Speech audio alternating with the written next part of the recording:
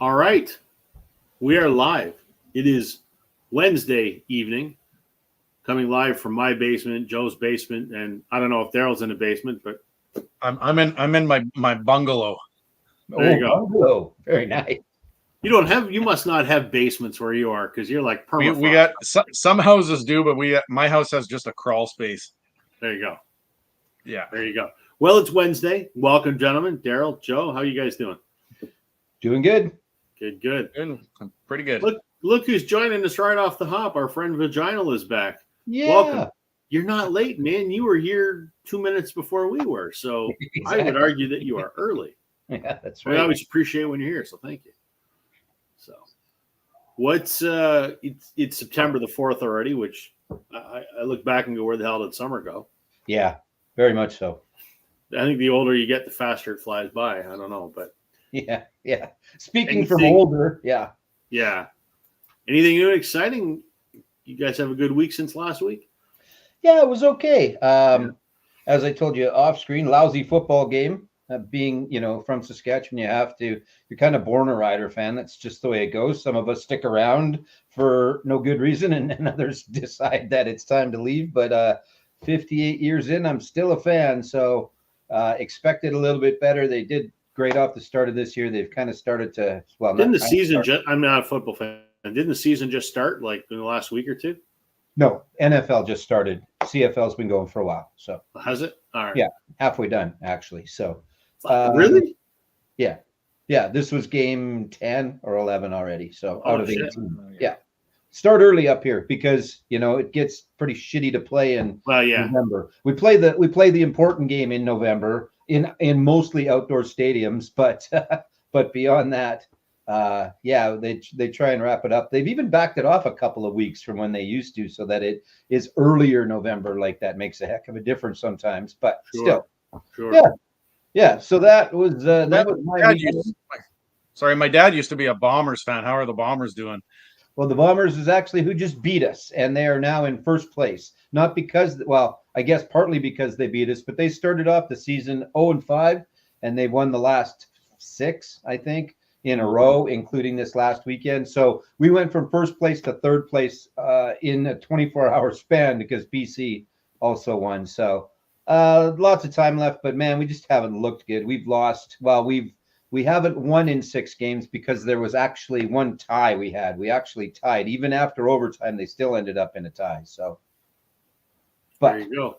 But John, if you want to join us, man, I'll send you the link. You're welcome to join us this week if you'd like. I'm not a football fan at all. I think I've been to one CFL game in my life. We don't have a home team, obviously, because I'm halfway between Toronto and Hamilton. So you're either a Ticats fan or you're an Argos fan. right. Yeah. I guess I'm an Argos fan. The Argos have their spring training camp here at the university. So I guess I'm an Argos fan. I guess, but They've been playing pretty well. Actually, they're pretty decent. Montreal is kind of the class of the league right now. They won the Grey Cup last year, and they've done pretty well this year. Toronto's done okay, and they still get no attendance though. I don't understand that. I do understand it, and I don't understand it. Millions of people. I don't know how many million are in Toronto now, and they're at BMO Field, which even I think if you pack the place would still only be 30 something. Fill it up. You got to be. They're a good team. That's the thing. It's not like they suck. They're a decent team, and they get promoted well, and they're fun to watch. From an outsider's perspective, but they just do not get any support. Hamilton's a different story. Hamilton gets lots of support, but Toronto, just so little. I mean, I realize there's the Jays and there's the Leafs, obviously, which are the 2 big ones. But still, you can get to a football game for pretty cheap. It's down by the lake and make a night of it and head to BMO and away you go. But there is everything else. There's basketball, baseball, football, football, CFL football. I mean, soccer's bigger. Soccer's bigger than CFL football is for sure. So yeah, for sure. Yeah. Sam, how you doing, man? Sam, if you want to join us, I'll send you the link. And John, I emailed you. So there you go. How about them? Well, so this is early in the episode, but yeah, my Blue Jay rant. How about them Blue Jays? Who cares? I mean, that's that's what I got to say. Listen, they won what 6 or 7 in a row, whatever. It's not the Jays. It's a bunch of the Buffalo Bisons and a couple guys, and that's okay because everyone remembers my rants from earlier on in the season when I say they need to blow up the team. They did need to blow up the team, and I think they need to blow up the team further. They need to deal Bichette in the offseason. They need to get rid of Atkins. They need to get rid of Schneider. They need to get rid of Madden. I get rid of the whole coaching staff, to be quite honest. I don't think Shapiro is going anywhere, but Atkins has got to go. And so they've sort of half blown up the team, but all we have is a bunch of minor leaguers now. So we need to bring in some experienced major league talent. So next year is probably going to suck too. It's hard to tune into a game and they show the starting lineup, and even me, who watches a lot of games, look at it and go, I don't know who 4 of those guys are. Yeah. But the funny part is people still pay the stupid ticket prices and go see. Send Rogers a message, guys. Stop going to games. Yeah, they just draw so much from everywhere else, right? Because if you go to Toronto, that is something that, even if you're not a huge ball fan, you still want to go. You want to see Sky Dome. You want to see Rogers, whatever the hell we want to call it right now. Right. You want to be down there and do that kind of stuff. So, but yeah, that's the way, is just to stop buying tickets. But oh man, I say the same thing about the Leafs. Stop buying tickets, or else it's just a corporate arena. That's all it is. Well, that's exactly it. It's all corporate seats. The average person like you and me cannot afford to go to a Leaf game. Yeah. I don't want to go to a Leaf game. Doesn't happen, but I like the Leafs and all that. It's just the corporate seat thing is just bonkers, and then that whole organization will never win a cup until that stops, and it's never going to stop because that's how they pay their Austin Matthews $14 million a year salary. Right. Yeah, because all the head offices just go, okay, here you go, here's your money, whatever, say our name, and yeah. How about our buddy Draisaitl getting 14 a year in Edmonton now too? Yeah. It's getting ridiculous. The baseball, I get. The baseball and the crazy salaries, I somewhat understand, just because there's so many games, they make so much money. That's how the Yankees have been perpetually good for so long. I don't need to explain baseball and the money, but they just keep throwing money at them, because if they don't, somebody else is going to. It's just got to that point now. So if you've got it to give these players, they are. So it could be worse. We could be the White Sox. That is absolutely true. The White Sox have only won 30 games so far this year, and we're at the 120 game mark at this point. So just tank it, set the record. Oh my God, it's got to be one of the worst records in Major League history, I would think. Yeah, I saw a photo. There was a game that had been rain delayed or postponed, and they started it a few weeks later, whatever. And the attendance, there was like less than 1,000 people there. Yeah, the announcer just went and sat with everybody, and they just pretty much that was it. They didn't even need the PA system. So yeah. Yeah.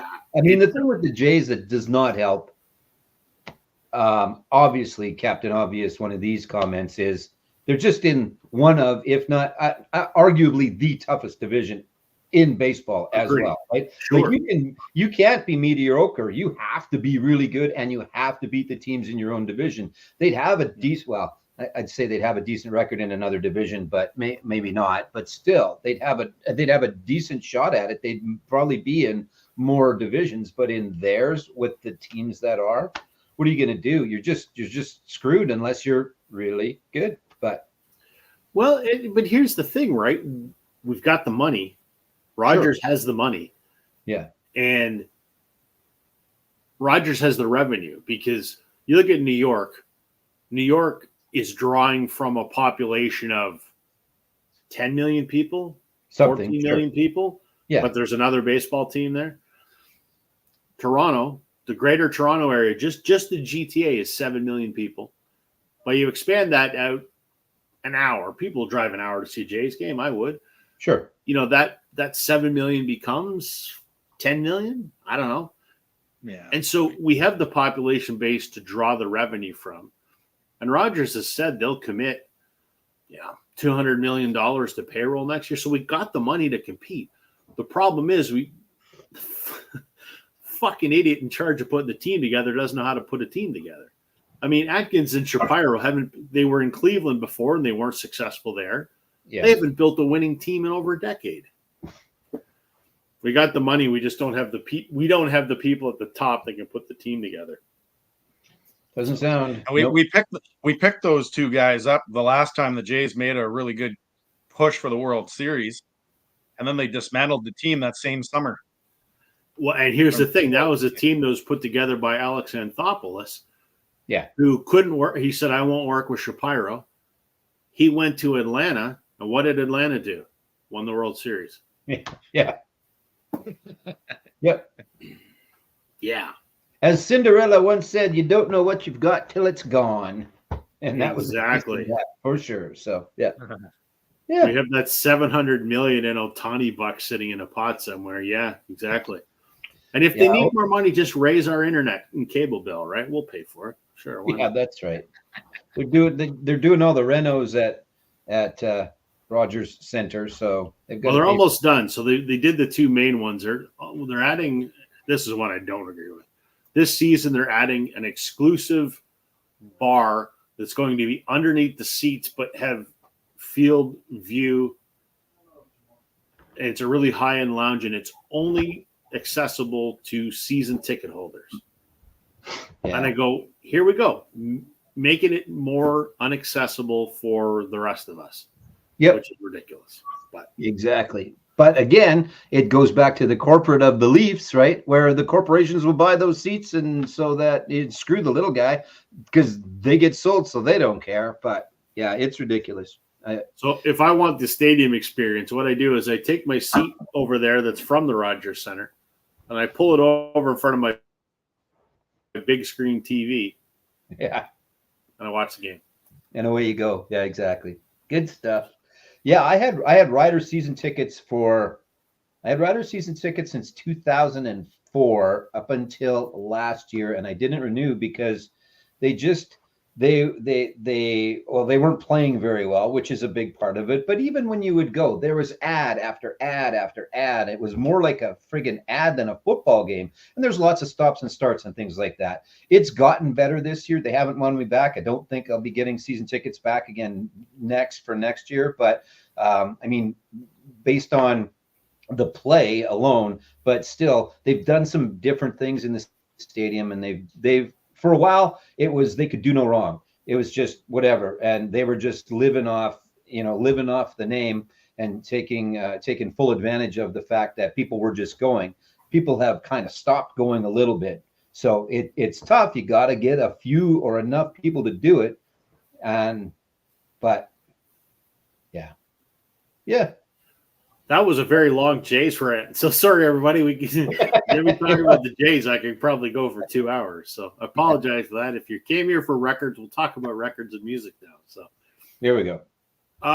Quickly, Joe, how's the store doing? On a vinyl for anyone that wants to know in Regina, Saskatchewan. Yeah, store's good. University students back in at the U of R this week, so that will probably, bring a few more in.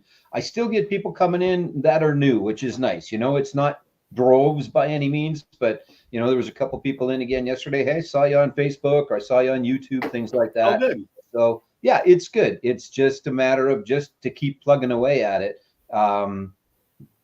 We're not gonna have, $1,000 days all the time. That's few and far between. We have some special Saturday openings that we've been doing because for the most part, we're a Monday to Friday, 9 to 5, and not everybody can make that. And we understand that, but the main part of the store is just open Monday to Friday, 9 to 5. So we've been doing some special Saturdays. When I've gotten new collections, that's when I put those out. So that's always a little bit busier of a day, but as long as we keep getting new people in. Some guy picked up an Aussie record yesterday that was kind of on the holy moly wall. He goes, "You have got this priced far too low." And I said, "Well, you should buy it." And he did. So yeah. There you go. Okay, whatever. That's fine. Yeah. So I really do think our prices are really good. Our selection is decent. It can always be better, different, whatever. We've got a little bit of everything. People are going to still walk in there and maybe not find stuff, but I think at the price that most of them are at, even if you find something that's kind of, hey, that looks kind of cool, I think it's worth it maybe to pick it up. And I always tell them, if you hate it, if there's a problem or you really just hate it, just bring it back, because whatever, I'm good with that. I'll just put it back in the bin and away we go. I don't want someone to feel that they've spent their money and then they hated it when they got home. They can bring it back. I don't care, because maybe the next guy that finds that will not hate it. So, right, sure. And they'll probably just come back and trade it for something different anyway. So I'm really good. I'm really good with that. And I think most places are. I would think. I think the only concern there was that people were going to take it home, put their lousy version in, and keep the good version. But yeah, and I mean, only 2 people have ever brought anything back, and both of them was because they forgot they had it at home already. So, I already had this. Can I take this back? Sure, not a problem. And then they just bought something different anyway. So, well, there you go. So, yeah. So the long answer is it's good, and it continues to grow. And we'll just keep banging away at it, for lack of the proper term. Well, it's good. Yeah. Do you get pissed off hearing these stories, Daryl, because you can't go to a record store? Yeah, actually, I lucked out recently, though. I did get a collection. Well, not really a collection, but there was a woman that was giving away just records for free on our buy sell trade on Facebook, and I missed her post by like 2 minutes. So some other lady that I know took them, and I saw her at the post office one day, and I was like, so I see that you got that lot of records or whatever it was. And she's like, yeah, I haven't really gone through them. You can have them if you want. So I ended up getting 2 boxes of records for free. Nice. I mean, half of them were really banged up and stuff, but I got a couple of really good ones. Like I got Rare Earth for free, and That's it's all right. like the record itself, the vinyl itself is pretty much near plus. I got 2 Janis Joplin Pearl records, 2 of them from the same lot for free. One of them's a little scratch, but the other one's really good. So I got some of those, and then I bought a batch off Kijiji for, I forget what it was. He was selling them for like $1 a record, and basically the shipping was like, he gave me a good deal. It was like $60 in shipping, which, I mean, that's a lot, but I mean, I ended up paying like $100 Not to where you are. 50 or 60 records. A lot of soundtracks, but hey, I got a Richie Valens, not an original pressing, but a pretty good one. I've got an original. Pretty amazing. Yeah. So no, it does make me jealous that I can't go, but I lucked out recently with some freebies I got pretty much. Cool. That's awesome. That's good. People love soundtracks. I don't know. I mean, my wife is obsessed with them. You and I have had this discussion before. Yeah. And we did a podcast episode about this. Yeah, we did. Here's a soundtrack I got for free out of the one batch, and I looked it up on Discogs. It's actually going for quite a bit. Is the Never Ending Story soundtrack? Yeah, I got it for $1. I can't complain. No, hell no. No, exactly. I bought a batch from a guy a long time ago, like probably 8 years ago, and it was good because it was a lot of John Carpenter. It was like the original, like The Thing and stuff like that. And Carpenter was almost more of a music guy than he was, because he did all the music himself for all those movies, for Halloween and all of that. But it was that, and it was Halloween 1, 2, and 3. And people just ate it up. I don't know why I didn't keep them myself, but I took them to one of the pop-ups I did, and yeah, everybody went insane. It's a nice way. It's a little different, especially because sometimes, and Rob, you and I have had this discussion, where there are some soundtracks where that's the only place you're going to find that song. In Excess and Jimmy Barnes on the Lost Boys soundtrack. That I don't think it was on either of theirs albums. So that is a big part of soundtracks. And then there's lots of different types where it's compilations. Watch our episode. You'll just go on Rob and watch our episode. I have a playlist on my channel for episodes of the Vinyl Community podcast that I've hosted, and our soundtrack one is on there. So yeah, Yeah, because it was good. I think you and I both went in maybe not the biggest fans, and I think you and I both came out a little bit more fans than we were going in. Yeah, Kind of I would thought say about that's, it that's pretty fair. Yeah. Yeah. That's the first place my wife heads if we're record shopping. Soundtrack. Yeah. I have, and as I said in the episode, I probably have a dozen. Yeah. And I listen to those dozen, but not a lot. So yeah. Right on. Well, tonight we're talking about debuts and don'ts, is what I've called it. And it's kind of a, I guess, two sides of a coin or two-part discussion or whatever you want to call it. We're going to talk about debut albums that are absolutely stellar. Not saying it's their best, or whatever, but it's just debut albums that are just awesome. And then we're also talking about songs that we skip because we can't stand them. Totally unrelated to debut albums, but we had both of these topics and we couldn't decide which one we were going to pick. So screw it, we'll do them both. So tonight we're talking about debuts and don'ts. So I don't know if we're going to do all debuts first and then don'ts, or do we want to flip them? I ended up in a different situation where I went with the one-hit wonders, but what I'm going to say about it is the rest of the album is kind of a don't. There you go. There's one good one-hit wonder song, and I think that the rest of it, I mean, with the exception of maybe the first one, but even there, I don't know. Sure, we'll see. And I misunderstood the homework, and I just picked some good one-hit wonder albums, but we'll make it work. Well, then I'll do one-hit wonders. How come I'm the only one that didn't get it right, even though we were talking about songs we wanted? I'll pick some one-hit wonders. That's okay. I thought. No, I mean, we talked about the don'ts, but I didn't know we landed on that. But we can. No. I mean, I can go and pull. Bryan Adams is just like right here. It's right behind. Well, he's right here. So, so this is what we're going to do. Whoever's going to go first, when you're going first, I'm going to go and quickly pull 5 one-hit wonders.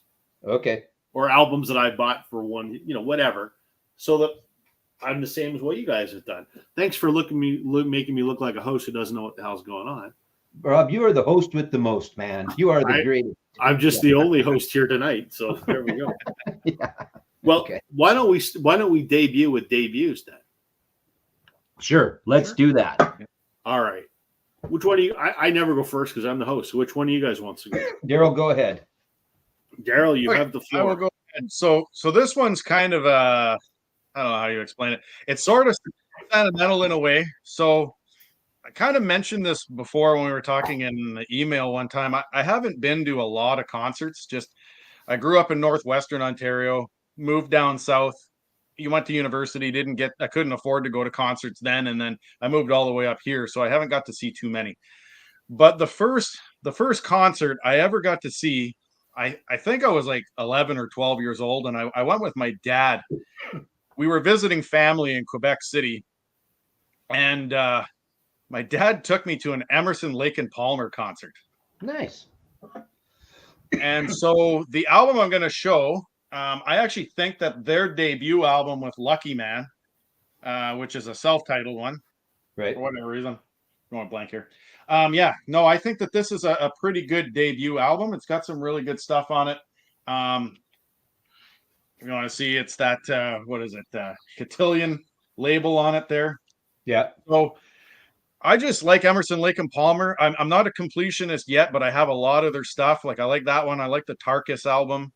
I just think they've got some good stuff, and that particular album just brings back memories. The biggest thing I remember is at that concert. It's the first time I ever smelled the nice smell of weed in front of me. My dad, there were these bikers sitting in front of us, typical Quebec City, Montreal life. And they were just puffing smoke in me and my dad's face. And of course, my dad didn't want to say anything to them, right? They looked pretty sketchy. But I remember Lucky Man. That's the one thing I remember. It was one of those open air. It was almost like an Olympic Stadium type thing in Quebec City. I can't remember the name of it. It's still there. But yeah, no, that's a great debut album. I think is their self-titled. I mean, some of their later stuff, like the one where I forget what it's called. It's just Emerson, Lake and something. They're one of their last ones in the early 80s. Is terrible. I do have it. I got it for cheap, but I I think their early stuff's pretty fantastic. Now, did you go knowing much about them, or was it a dad wanted to go and, hey, let's go to a concert together? Dad wanted to go because my dad was a fan of ELP. I knew nothing about them. Yeah. I mean, I think I heard Lucky Man because my mom used to listen to it every now and again, but I knew nothing about that band when we went. And I actually looked it up. I was trying to figure out when they played in Quebec City. I believe ELP only played there 2 times. Yeah. And I always thought that we had gone in the late 80s, but it turns out I was actually a little older than that. And it was, I think, in 91 or 92 they performed there. Cool. So just that would have been a lot of keyboards in that show. Oh yeah. Yeah. I don't actually remember much of the concert. I just remember that situation when it was just hanging out with my dad. It's the first concert I ever went to, and just to be there was a cool experience for me. Yeah. You just remembered everything up to the concert skunk, and then everything went kind of wonky after that, or pretty much. Yeah, pretty much. Yeah. That'll work. So there you go. So Emerson, Lake and Palmer's debut album for, I don't know if you could hear where you were, but you're not that far away. I don't think. I heard it. It's only just on the other side of my desk. Yeah, well, there you go. Crawling around on the floor. Yeah. You assholes who want to do a different thing, right? Well, it's crawling around the floor on my knees. I'm like, God damn, bastards making me pick records. Yeah, exactly. It's easier when you've got a little bit of time to do it, right? So we do it. Daryl emailed me earlier today. He goes, this is what I picked. I go, I haven't even thought about it. I pick stuff like 20 minutes before we go live. So yeah, I think about it all week, but I don't actually pick anything because I'm so bloody busy. So anyway, I've really tried to stick with my original concept of let's discuss or let's decide what we're discussing and then start to think of bands, because there's been certain topics like, the desert island one where that will just change from day to day. So I start sending myself texts because I'm an old man and that's my way of writing it down. So when we decide, okay, this is what we're going to talk about, I start to send myself a text so that then I can come down later and pull the albums later. So yeah. So with that said, the very first one, or one of the first ones that I thought of for a debut, was these guys, Dire Straits, self-titled. This was really a great indicator of what they were going to sound like. I think, sometimes a band will kind of, ebb and flow a little bit. And I don't know if they ebb and flowed much other than maybe, I guess, Walk of Life was a little different and Twistin' by the Pool was a lot different than most of the rest of it. But this really laid the groundwork. If you became a fan of this album, I think you'd be hard pressed not to enjoy everything else by them. And just that first time of Sultans of Swing, I don't even know for sure that I really liked it that much at first, because I don't know why I wouldn't have. I think I might have been in my head banging phase or something like that, and I wasn't a huge fan to begin with. But obviously, as I matured and I got a little more taste, or a little more open to everything else, and then I went back and I listened to it and went, oh, yeah, well, that's something that I've got to have. And then I've got to have more. And they're just one of my favorites. I think I've said before that if it's late at night and it's like, hey, I'm going to just listen to one more album, it's usually a Dire Straits record, because it's good. That last album before you go to bed, you put on something like that, or Making Movies or whatever. And it's just good before you go to sleep music. Not to put you to sleep. That's not what I mean by that. But it's just always a solid, easy, good listen. And one of my favorite debuts is that Dire Straits record. Right on. Can't argue with that. Yep. No. All right. I agree with you. It took me a while to get used to Dire Straits as well. I kind of like you, were the first time I heard them when I was younger, I didn't know if I really liked them or not. I think Mark Knopfler, his voice is just kind of takes a little bit of getting used to. But the guitar work of that band is amazing. Yeah, for sure. And that was the thing. I think it almost like that song "Sultans of Swing." It was like, am I supposed to like you? Am I not supposed to like you? Well, I'm not sure. But then eventually, yeah, okay, I like you. Yeah. So, yeah. Okay. The album that for me was the impetus for this whole discussion, and quite topical given the events of recent weeks, Yes. Oasis, definitely, maybe. 1994, yeah, because it's 30th anniversary this week. An incredible #1 album. It went straight to #1, 8 times platinum since then. Appears on all of those lists of, the greatest albums of all time, for whatever those lists are worth. I mean, take them with a grain of salt. You always see those, Rolling Stone lists of the greatest guitarists, and you go, that's a bullshit list. Yeah, most of those lists are bullshit, but it conveniently, always ends up on those lists. I mean, it's a lot of people don't like Oasis, and that's fine. It really sort of started, that whole British rock from the 90s kind of thing, something to offer sort of an alternative to the, the grunge thing going on in the States. The Brit pop thing was an alternative to that. This album spoke volumes to me as one of my favorite albums of all time. Just a banger. There's not a bad track on this thing. And I know Sam would agree. Sam and I have been talking about Oasis pretty much hourly for the last 2 weeks. To say that I am excited about the developments with that band. The biggest musical news to happen in my lifetime to me. So there's probably going to be an Oasis video at some point. Yes, I have the 4 LP deluxe box set. It's sitting over there. Just showed up yesterday. I haven't spun it yet, but for my money, my favorite debut album that I own, and one of the best debut albums ever, I think. Not everyone's cup of tea, because a lot of people think Oasis are absolute shit, and that's fine. To each their own. So there you go. And hey, good on them. Right. There's a whole bunch of bullshit going on with Ticketmaster, which Ticketmaster and the world bullshit just kind of go hand in hand. Well, that's the thing, right? Is Ticketmaster being, the main place to buy concert tickets. If they haven't figured out how to sell those tickets en masse, then maybe someone else has got to step in and do it. Because, again, to use a comparable example, Taylor's Eras Tour was an absolute shit show to get tickets as well. Yeah. And this is an equally large shit show. They're actually going to outsell her in England, which they should. They've just added 2 more Wembley shows today. Is that 7? It's 7, I 7. think now, right? Yeah. They're going to sell out 7 Wembleys, which is incredible. Yeah. But Ticketmaster, if you can't figure your shit out, then that Taylor Swift one might be one of the biggest fuck ups of all time. That was just terrible. Yeah. But listen, I get what they were trying to do, because I logged in and signed up for the the lottery, and that's the other thing too.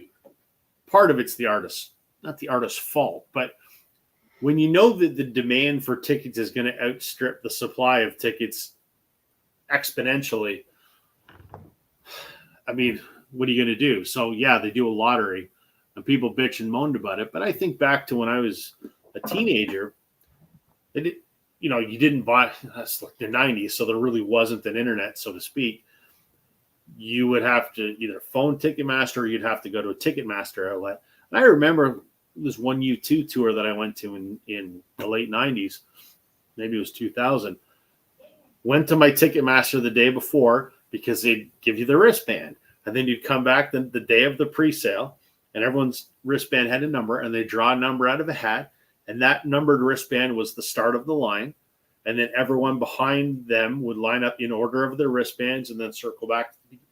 It's no different than the Ticketmaster virtual lottery.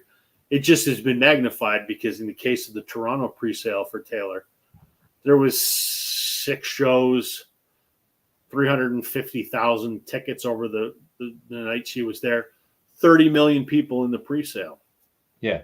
Yeah. So it's going to be a shit show. That part you can't avoid. But the fact, I heard a lot with the Oasis thing. People's computers were crashing. If your servers can't handle it, and if you are the juggernaut that is Ticketmaster, you have to have your shit figured out. You do, especially when you're doing the premium pricing thing and upping things because it is, when you're buying your own tickets and reselling them and doing all the bullshit that Ticketmaster does. I mean, I can pull out the old man card and go back to the days of I had to go and stand at the arena at 8 in the morning, or if I wanted to, 8 the night before, if it was somebody I really wanted to see. And I get we're never going to go back to that. I would love to go back to that, and we're not going to because it just doesn't make sense. But, you know, either you bought from the venue that you were going to, and you either did it by phone and they had 6 people only on the phone and it was a pain in the ass to do, or you went down and they had 4 ticket windows open and you brought your tent or your sleeping bag if you really wanted to, and you did it.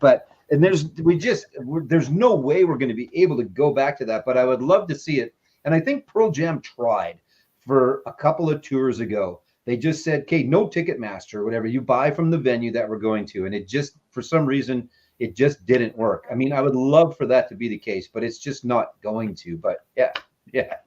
Music Sanctuary makes the point. I think we all agree.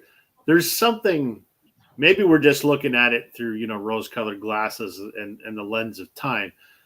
But there was something exciting about trying to get tickets 30 years ago before the internet, right? There was just something about that experience, which was almost as exciting as going to the damn show itself, you know, that if you camped out or actually able to get tickets or whatever, that was and part of it now too probably comes down to the fact that a lot of artists are not, especially in Canada, are not playing that many places. So I couldn't, if I wanted to go, I'd have to find someone in Toronto or around there to get them to go and stand in line and buy them for me if that was still the case. And again, you know, before they used to tour a lot more cities. I mean, they're not, a lot of bands aren't even playing Vancouver anymore. And it's just mind blowing that, I mean, there's BC Place. It's not like there's not a venue. It's not like there's not a crowd, unless they're just not getting it. Like, I don't understand. I understand costs have gone up so much, but still, anyway, not the topic. I've never done a record store day, but for some reason I've heard that some people have been doing the whole tent thing for record store day, waiting in line.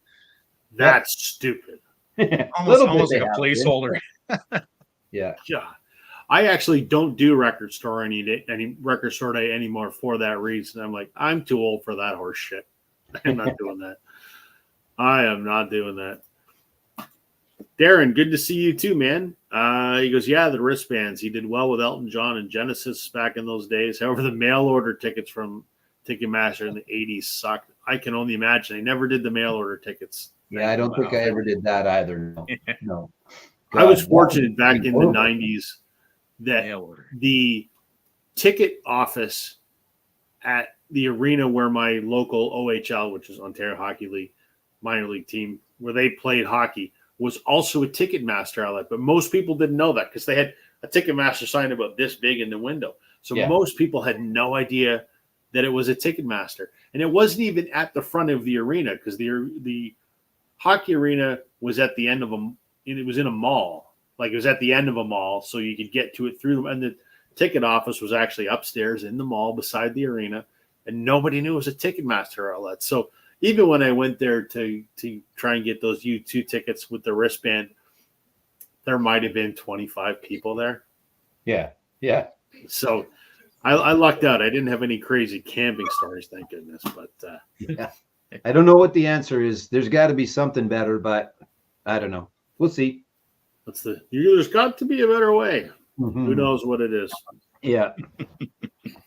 Drop the tickets from an airplane, and whoever catches them gets them. I swear on my life, I thought turkeys could fly. You remember that? Yep. All right, let's go around again. Daryl, you're up. What do you got? Are we going? All right. So in this debuts one, I am going to be showing a couple of Canadian content ones here. I think I showed this album. We kind of like that on this channel. I might have shown this album actually on my Canadiana series a little while back. I can't remember. But I'm actually going to go with Honeymoon Suite's debut album, just their self-titled. Yeah, this has some kick-ass tracks. I mean, you can't go wrong with New Girl Now, Burning in Love, Wave Baby, Stay in the Light. I mean, those are the first 4 tracks on this album. Yep. That's killer.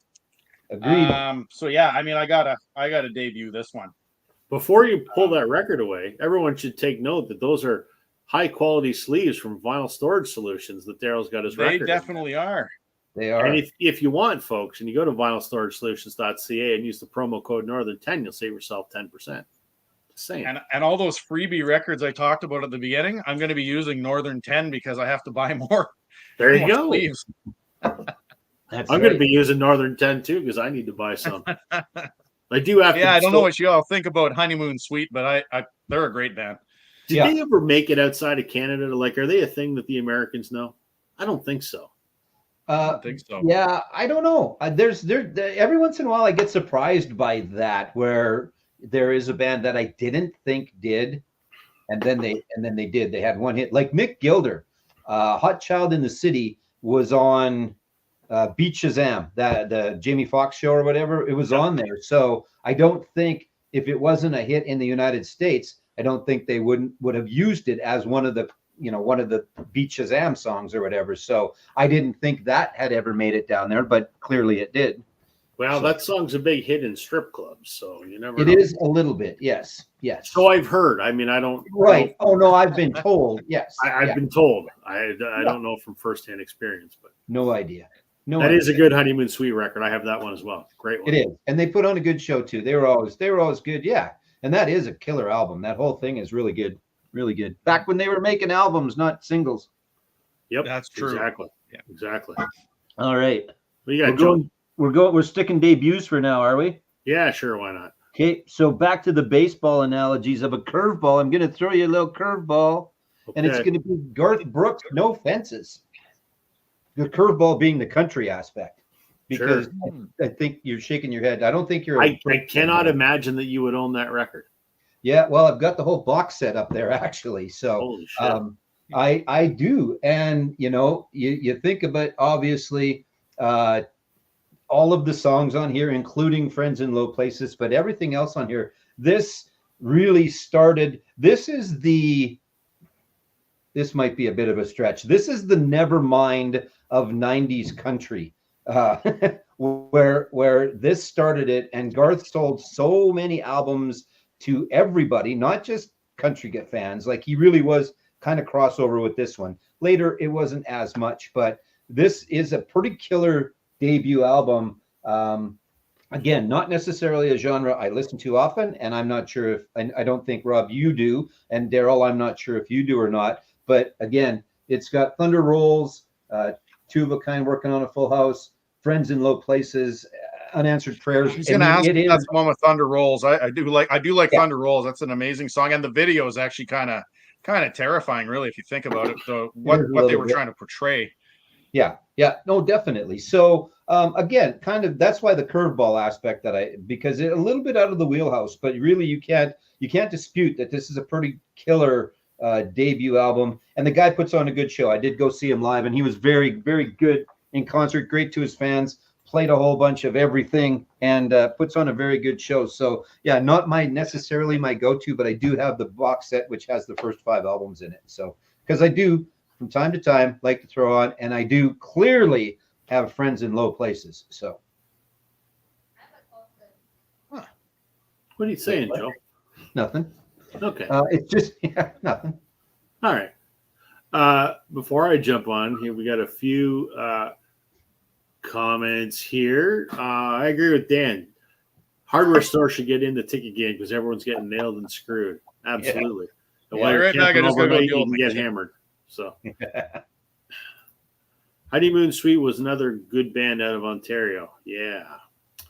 I Can Feel It by Honeymoon Suite. It's a feel-good hit. Yes. Feel it again? Yeah, for sure.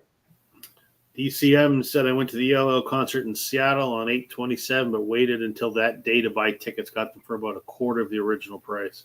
Wow. Yeah, it can be a way to do it. You're taking a chance, because there's always going to be those few that will open up when they actually get the venue set up, and they didn't know for sure where the soundboard was going to go and things like that. And sometimes you can get a good deal on them, but you still take a chance. It doesn't happen very often where I wait till day of, but. Oh, Martha and the Muffins, Echo Beach. That's a great one. Absolutely. What I want to know, Darren, how the hell did you find a copy of Gordon?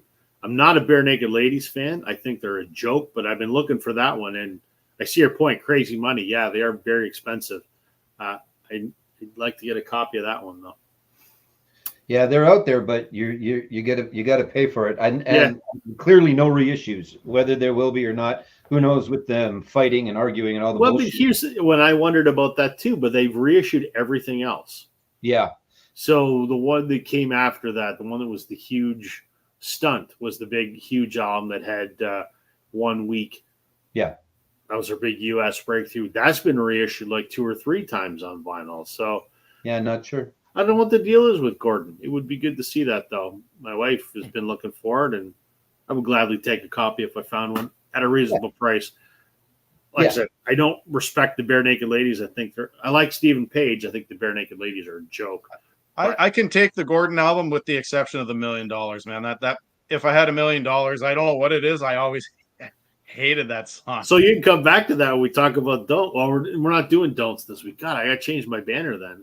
It's a song you'd skip. So yeah. Dwight Yoakam was a crossover success as well.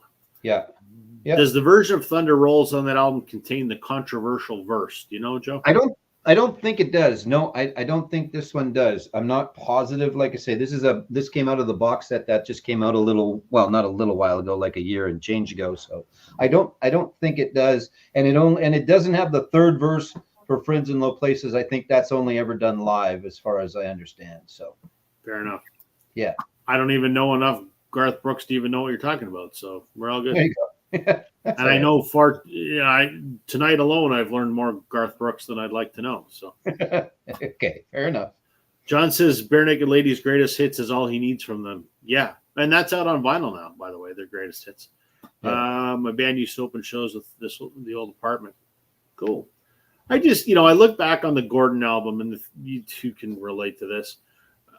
I look back on them with some nostalgia, right? The early days of them being on Speaker's Corner, and the video of them riding around in the pickup truck that they recorded in Scarborough in the snow. Like they were our band before they exploded, and even though they're I don't take their music seriously.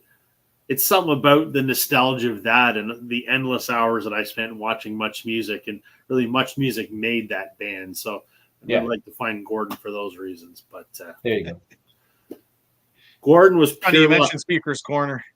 Oh, go ahead. Yeah. Darren found it for $125. Jesus, that's a good deal. I would have dropped $125 on it, sure. So for our American friends who don't know what the hell we're talking about, I'll fill you in.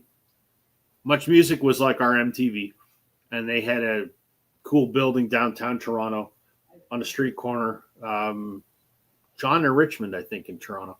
And on the where the corner of the building was, they had a small video booth that you could fit a few people in, and you drop your loonie in there, which is what we call a dollar coin in Canada, and you'd get 60 seconds or something, and you could go on and you could rant about politics, or you could do a magic trick, or you could sing a song, or you could do whatever. And they would, throughout the day, throw a Speaker's Corner video up in between commercials or whatever. And then at the end of the week, they would have like a Speaker's Corner episode. And these guys, the Bare Naked Ladies, at that point, there was 5 of them in the band, I think, or 4. They all crammed into this little time. You can find it on YouTube, Bare Naked Ladies, Speaker's Corner. They all crammed in there. And I think they played Be My Yoko Ono, I think. Might be, yeah. That sounds right. And it took off. And Much Music played it and played it and played it. And they had a self-produced cassette. It's called the Yellow Tape. And people started asking for it, and they couldn't make them fast enough. And then they were actually having them professionally made. Then they got signed to a label, and they became what they became. So that's what we're talking about. If we're when I was in Windsor, those Speaker's Corner things, they had like little ones in some of the smaller cities. Yeah, they almost looked like standing in front of like an ATM. Yes. Yeah. Yeah. And me and my 2 roommates were completely smashed one night. We went in front of the one, and all of a sudden the next day, these girls that lived next door to us, they were like, "We saw you on Speaker's Corner." We actually made the Speaker's Corner out of Windsor the one night. Awesome. That's good. And we never even got to see our own episode because they only played it once. Very cool. Pretty funny, actually, to think. That's awesome. That's good. Record Hound has an autographed yellow tape. Man, that's got to be worth a fortune. Yep. Holy shit! I don't know if Stephen Page has a autographed copy of that somewhere. Probably still. not. Yeah. Record Hound, if you want, I can send you my address. Yeah.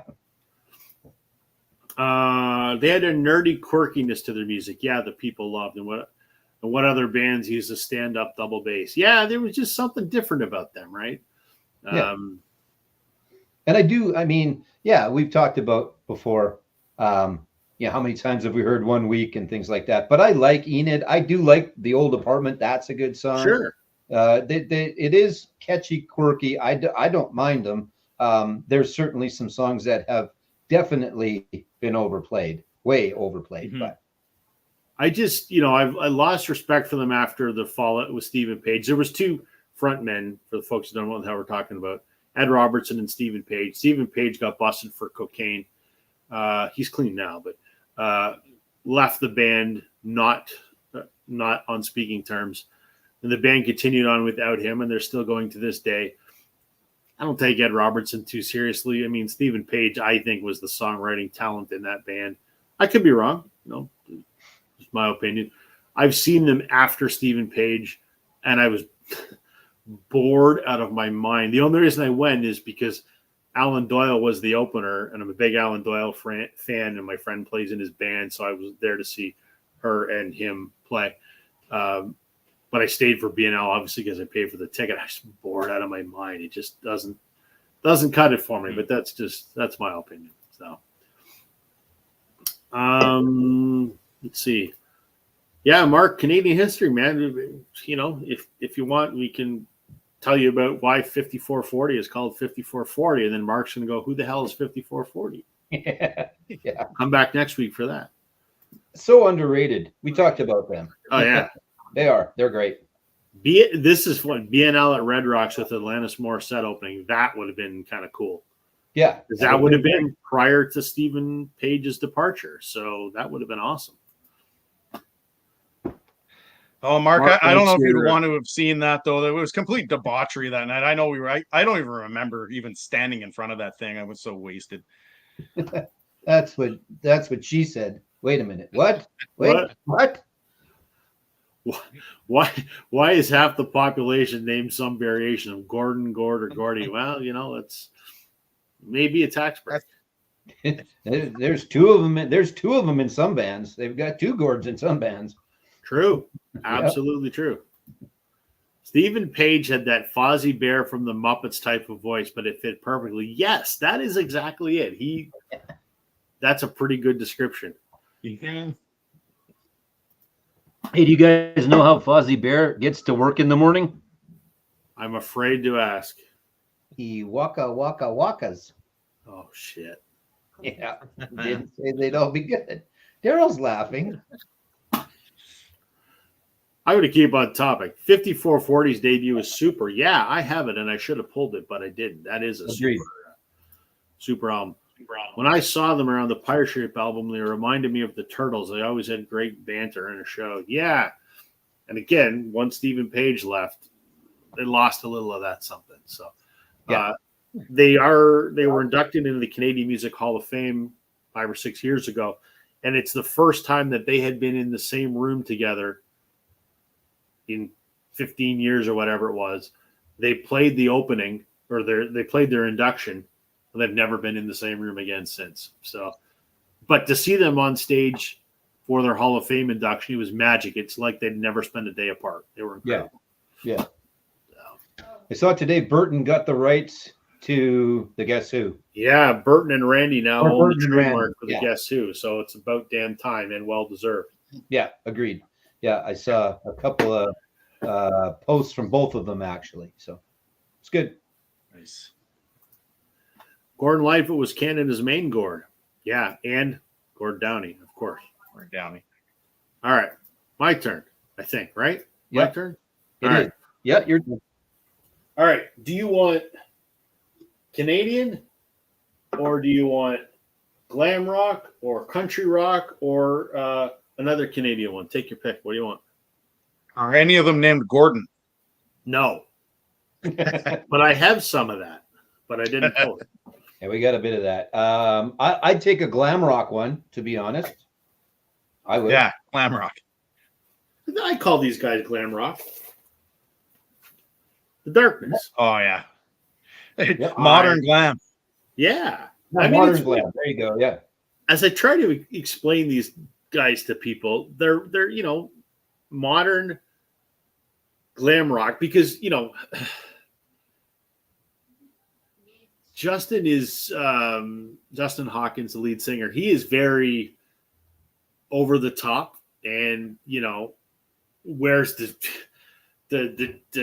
jumpsuits with the hairy bare chest and all that crazy shit, and he and the other guys look a little crazy too. So they really, I don't know if there's a picture of them in this album. No, there isn't. I should cover up the nudity on the front of this cover. They're glam rock, but they make fun of the genre, but they pay homage to it at the same time, which is kind of bizarre. This was their debut from 2003. This has, I think, really I guess they really only had one big hit, and that's I Believe in a Thing Called Love. Everybody would know that song. Yeah. Once you hear it, you know it. Yeah. And this album is so good. I don't know that there's a record on the planet that has more profanity than this album. Yeah. So, you got to bear that in mind.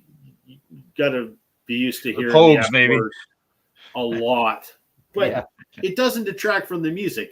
It sort of makes sense. I mean, there's a song called "Giving Up," and it goes, "Giving up, giving up, giving a fuck." I mean, that's the refrain through the chorus, and it's about heroin use. I mean, it's really dark, but it's not a dark song. It's everything on this is just an incredible album. I have most of their albums. The only one I don't own, regrettably, is One Way Ticket to Hell and Back, which was the follow-up, and that's incredibly hard to find on vinyl. This is the reissue. I have an original picture disc from 2003, but I don't have an original normal vinyl pressing. So this is the anniversary one from a couple years, and I got the box set as well. But just an absolutely stellar album. I remember when this came out in 2003, I was living with my roommate, who's an amateur musician. He was still finishing up university. I was done.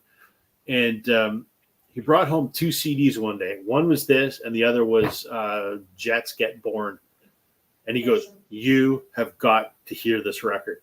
And he put it on, and I was just blown away. And he and I listened to this album multiple times every day for got to be 6 months. Like, I don't know that there's an album I've heard more than this record. We just played the shit out of this for a very long time. And this is still an album he and I talk about all the time. So a great glam rock, The Darkness, Permission to Land. I think he's got to be one of the few singers that, at least in the modern era, that can hit those notes that high. Oh yeah. I mean, it's crazy how, especially in I Believe in a Thing Called Love. I mean, some of those notes he's hitting is just ridiculous. Yep. Yeah. And he does it consistently, like every concert. He's got a new Rides Again. I'm not sure if it's brand new or not, but a new Rides Again about Oasis. I haven't watched. He's got 3 of them actually recently. We have 3. Yeah, well, there you go. Yeah. So Rides Justin, Again, it's a great series. I like it. Justin Hawkins Rides Again. That's the lead singer's YouTube channel, and he goes on and he reacts to songs typically. Yeah.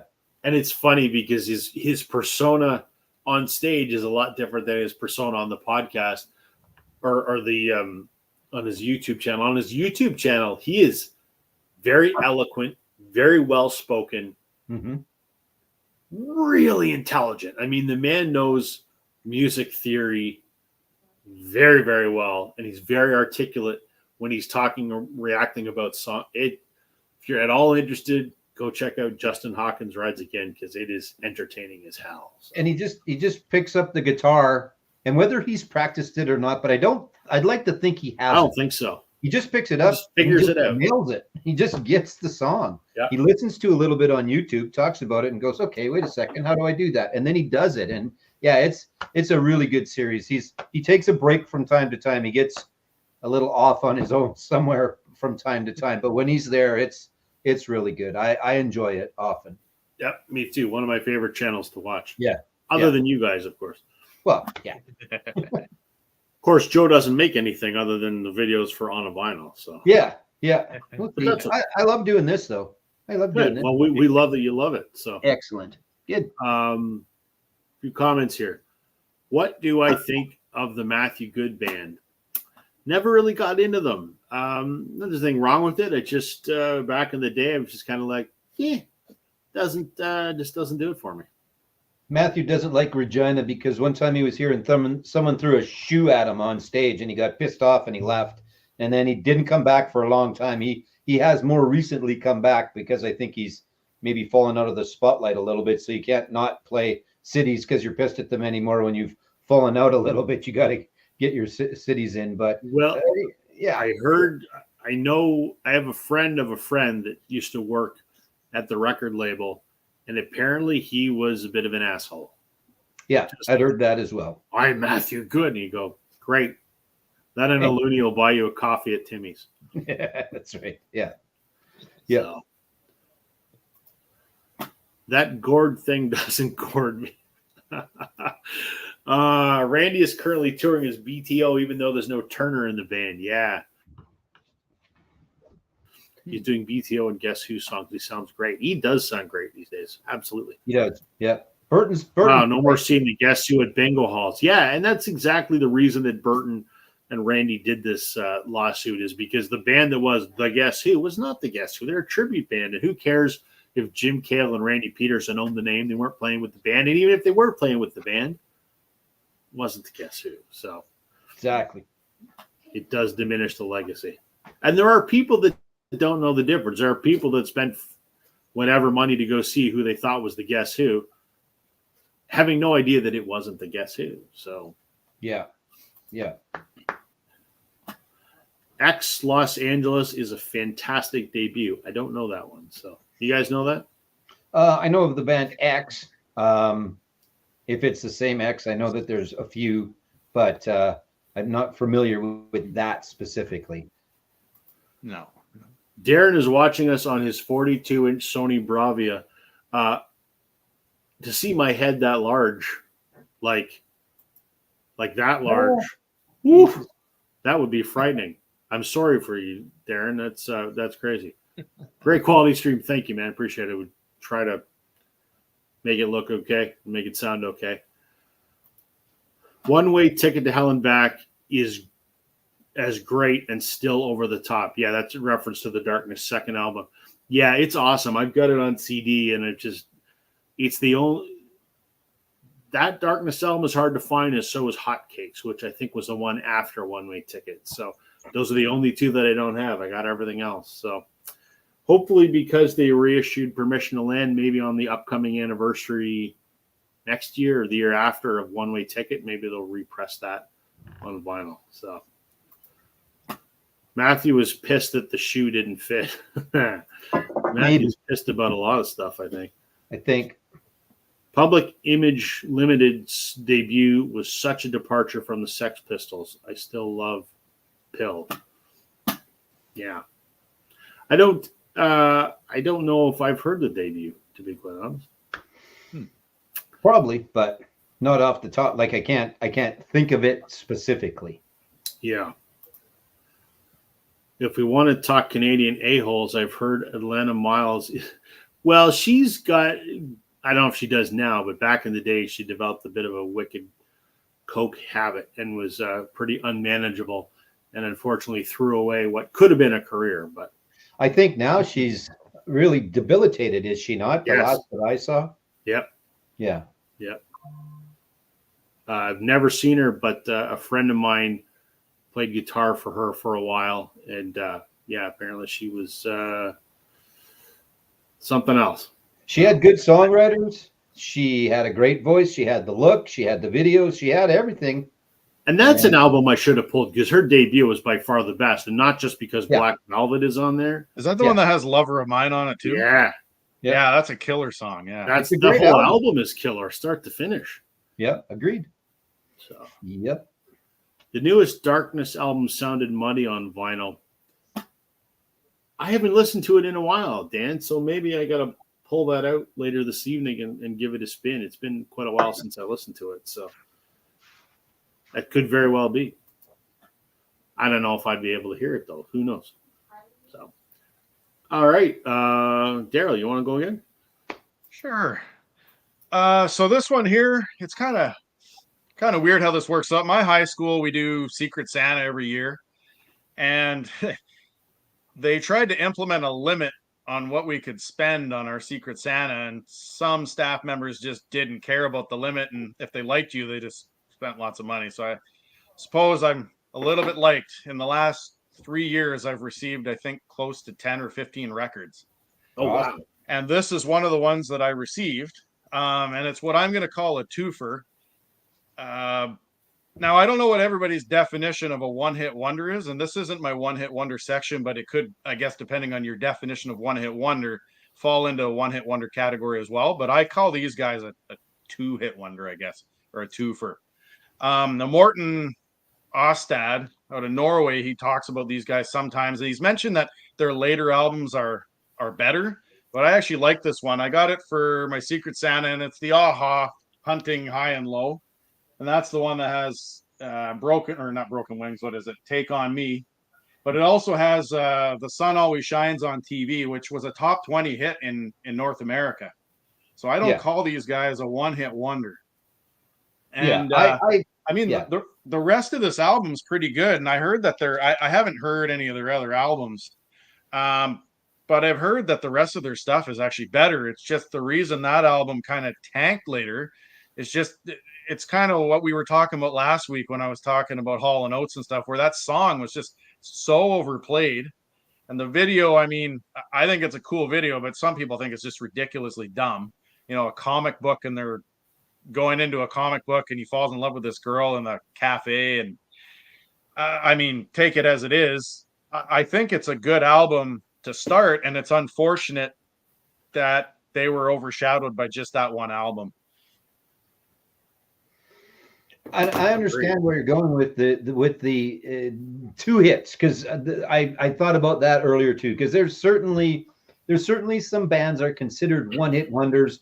There was a second song, like even today my wife asked me if Sister Christian by Night Ranger falls into that category, and they kind of do, but they also had a few other ones. And even Twisted Sister, right? We're not going to take it. We're the big hit, but there was some subsequent hits, just nothing ever matched that. And that's the only one that gets played on the radio for the most part. And I think that's what kind of pigeon and gets played specifically on One Hit Wonder Wednesday as well. So I know exactly what you mean. And that is a good album. I like that album. It's a great album. And you're right. If you take away about 100,000 times hearing Take on Me, it's a great song. Yeah. You just got to take some of the listens away. So Darren says that's an awesome album. The residue is incredible. Living a Boy's Adventure Tale is the best song on the album. On a whole, is amazing. He did a review on Facebook not long. Great choice. There you go. Well, you're in agreement. Right? Yeah, it's a really good album for sure. Yeah, no, it is. It's a good album, and it's like I said, it's too bad. I think that there's a few bands, especially when I talk about my one-hit wonders there. I just think that they're too overshadowed by that one hit, that the rest of the album kind of just goes overshadowed. Yeah, for sure. I think we're going to talk more about one example of this that I don't have is Majur, or I think that's how you say his name, with that song If I Was. But the rest of his, I even had a student last year ask me about it at my high school. He's like, "Oh, have you ever heard of this guy? His music's great." And I'm like, yeah, he is. It's too bad he's overshadowed by this one song you keep listening to, you know? Yeah. Couple comments here I want to address. Darren's talking about he's hoping for some Max Webster issues. And then Richard says, Max Webster gets mentioned around here a lot. Yeah, we almost mention them almost every week for whatever reason. And Max Webster is incredible, and he wants to know where to start checking them out. I don't have any Max Webster, but my vote would be A Million Vacations. This is the album cover. Yeah, probably the most accessible, right? With Yes. diamonds and stuff like that. But yeah, Harold probably has it. You've got Max Webster, A Million Vacation?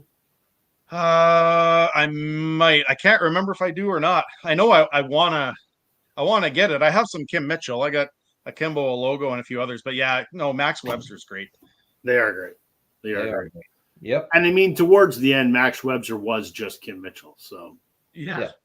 Max Webster in name only. So Max Webster became Kim Mitchell. Yeah, Yes. that's right. Which and one? folks, Max Webster is a band, by the way. Yeah. Like Jethro Tull. It's not the name of a person, it's the name of a band. So there is no person named Max Webster, just so you know. You're right, though. I think Million Vacations is not a bad place to start. So Darren says Universal Juveniles is awesome. Yeah, true. agreed. You're welcome, Richard. All right, Joe, you got Welcome. something else to show us? All right, we still on debuts? Yeah, we're still on Yeah. debuts, right? Okay. Yep. So this is probably, I think, maybe one of the biggest selling debuts. And then I've got the other biggest selling debut coming up still, but Hootie and the Blowfish with Cracked Rear View. So Yeah. Again, really simple songwriting for the most part, overplayed so often, but I could listen to this over and over again. It's just a really good album, and Darius's voice is great. And yeah, the lyrics, I mean, the lyrics are the lyrics, but I enjoy them, and they're a great sappy love songs if you want them, and just it's just good stuff. And obviously was a monster hit for them as well. And you could call them a one album hit wonder, kind of. I mean, there's that category too, where there's the bands, they got their act together, they made that one good, and then the sophomore just didn't cut it. Sometimes they got over that hump and got to the third one and kind of came back. But if it was as big as this, it was so tough to compete with this album, even if you're the same band, because although lots have done it, lots have come back from a monster first album and done a good job, but they just never did. And now Darius is out there being a country guy and doing his stuff. But they went out on tour as Hootie in the last little while, and they every once a year at least, they always do that benefit concert as Hootie and the Blowfish as well. So yeah, it's a good album, one of those kind of 90s classics that I'm glad that they did reissue, because they were pretty expensive to find as well. This is the reissue, but I enjoy this album. It's another good one to put on start to finish, and it's pretty solid all the way through. Even with the massive hit songs that were on it, I still enjoy the whole album as well. I wish they would have done some more and been more popular. I mean, Darius has his stuff now, and it's pretty similar. You can take Wagon Wheel and you can take stuff off that album, and they're kind of intertwined. And I think if you see him in concert, he still does a whole bunch of Hootie and the Blowfish, even if it's just him as Darius Rucker. So it was kind of country-ish anyway, kind of, or what he's doing now is kind of rockish or whatever you want to call it. But yeah, I just that's always been one of my favorite albums right from the start, and still continues to be. Very good. I'm going to do a twofer here because I can, and we do want to get to one hit wonders at the bottom of the hour. So this is a twofer, and it's a Canadian twofer. Sorry, folks. Music from Big Pink by the band. Yep. Not my favorite album by the band, let me tell you. I prefer the Brown album, the one that came after this, the self-titled. But music from Big Pink is incredible. Music from Big Pink. I mean, some of the stuff on here, Tears of Rage, The Weight. I mean, if there's a song that the band is synonymous with, it's The Weight. Chest Fever, This Wheels on Fire, I Shall Be Released. Now, part of the reason that this is so good is there are a number of songs in here. Robbie Robertson, amazing songwriter. But bearing in mind, this is their first album.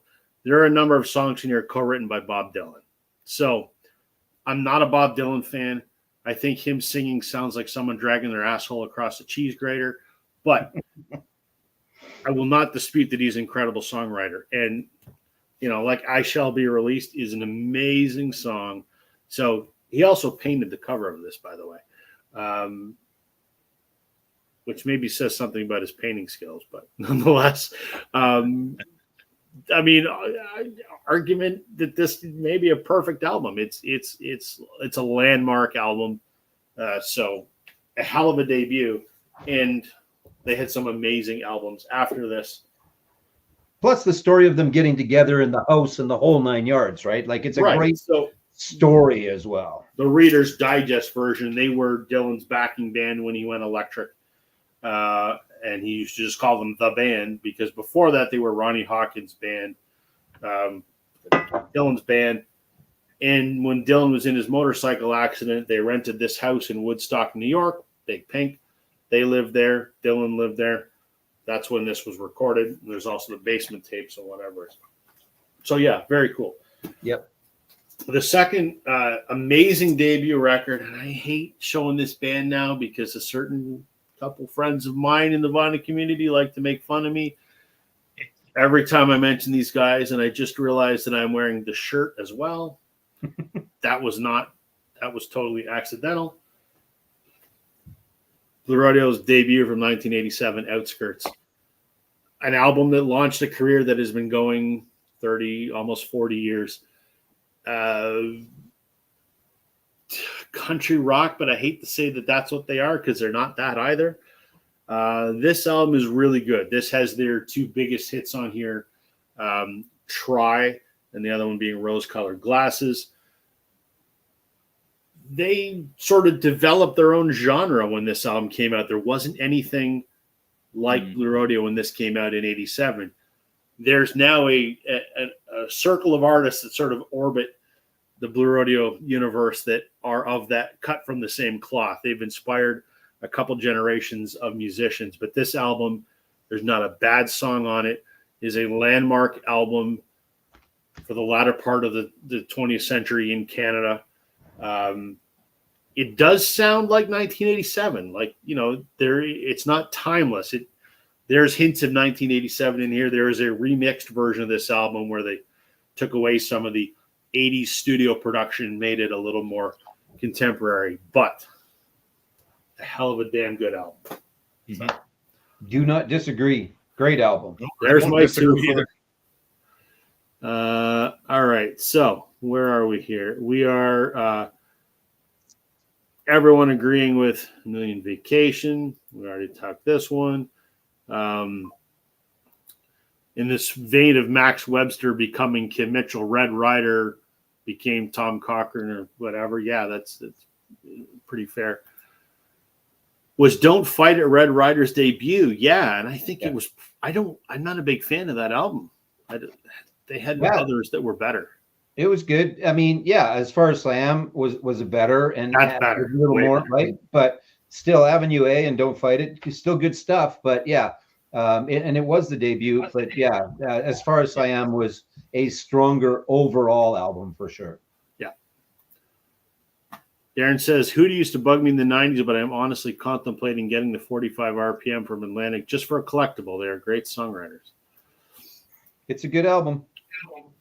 Don't Fight It was Red Rider's first album. Yes, that's what we were just talking about. I'm thrilled. I've never seen Tom Cochrane in person. He's coming to my town next month, and I'm going to see him. He's doing an acoustic show at our Performing Arts Theater. So awesome.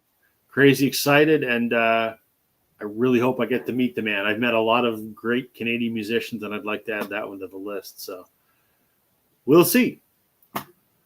No a-holes or cheese graters were harmed in the making of this stream. No, thank God. Yeah. But many died during the recording of Bob Dylan's discography. That's right. Darren says, when I used to play my piano gigs in pubs and restaurants, we used to play The Wait all the time. Crazy lyrics to remember, my absolute favorite. Yeah, one of my absolute favorite songs of all time.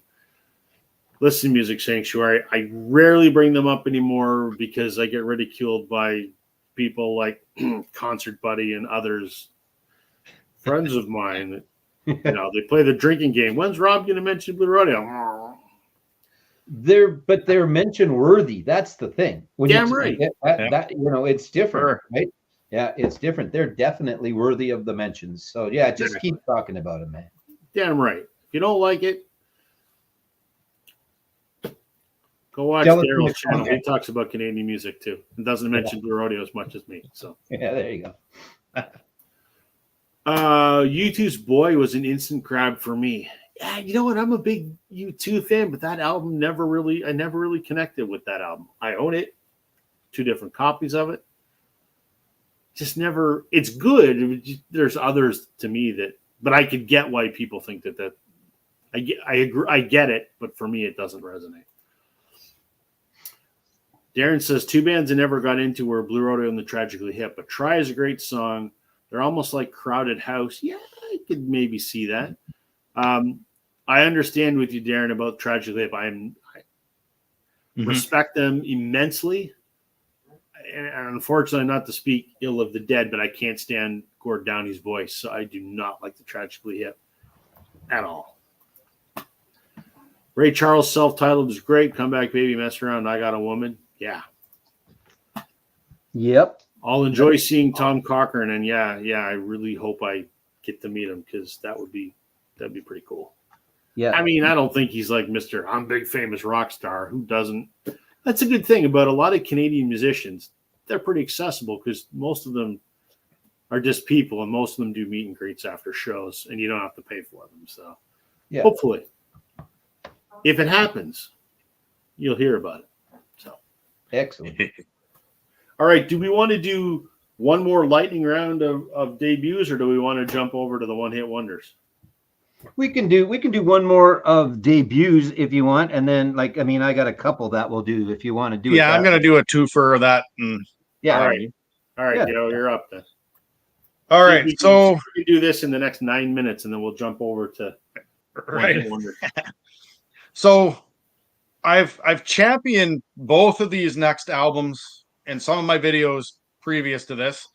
The second one is Canadian. The first one is American. Probably one of my favorite bands of the 1980s. I just don't see them in the VC being discussed too often, and that is Bruce Hornsby and Arranges the Way It Is. Yeah. I mean, what was his name? Rob Walker. He asked about near perfect albums or perfect albums on that 2024 thing there earlier this year. And I don't know why I didn't pick this one. I mean, I think that from start to finish, to me, that this album is nearly flawless to me.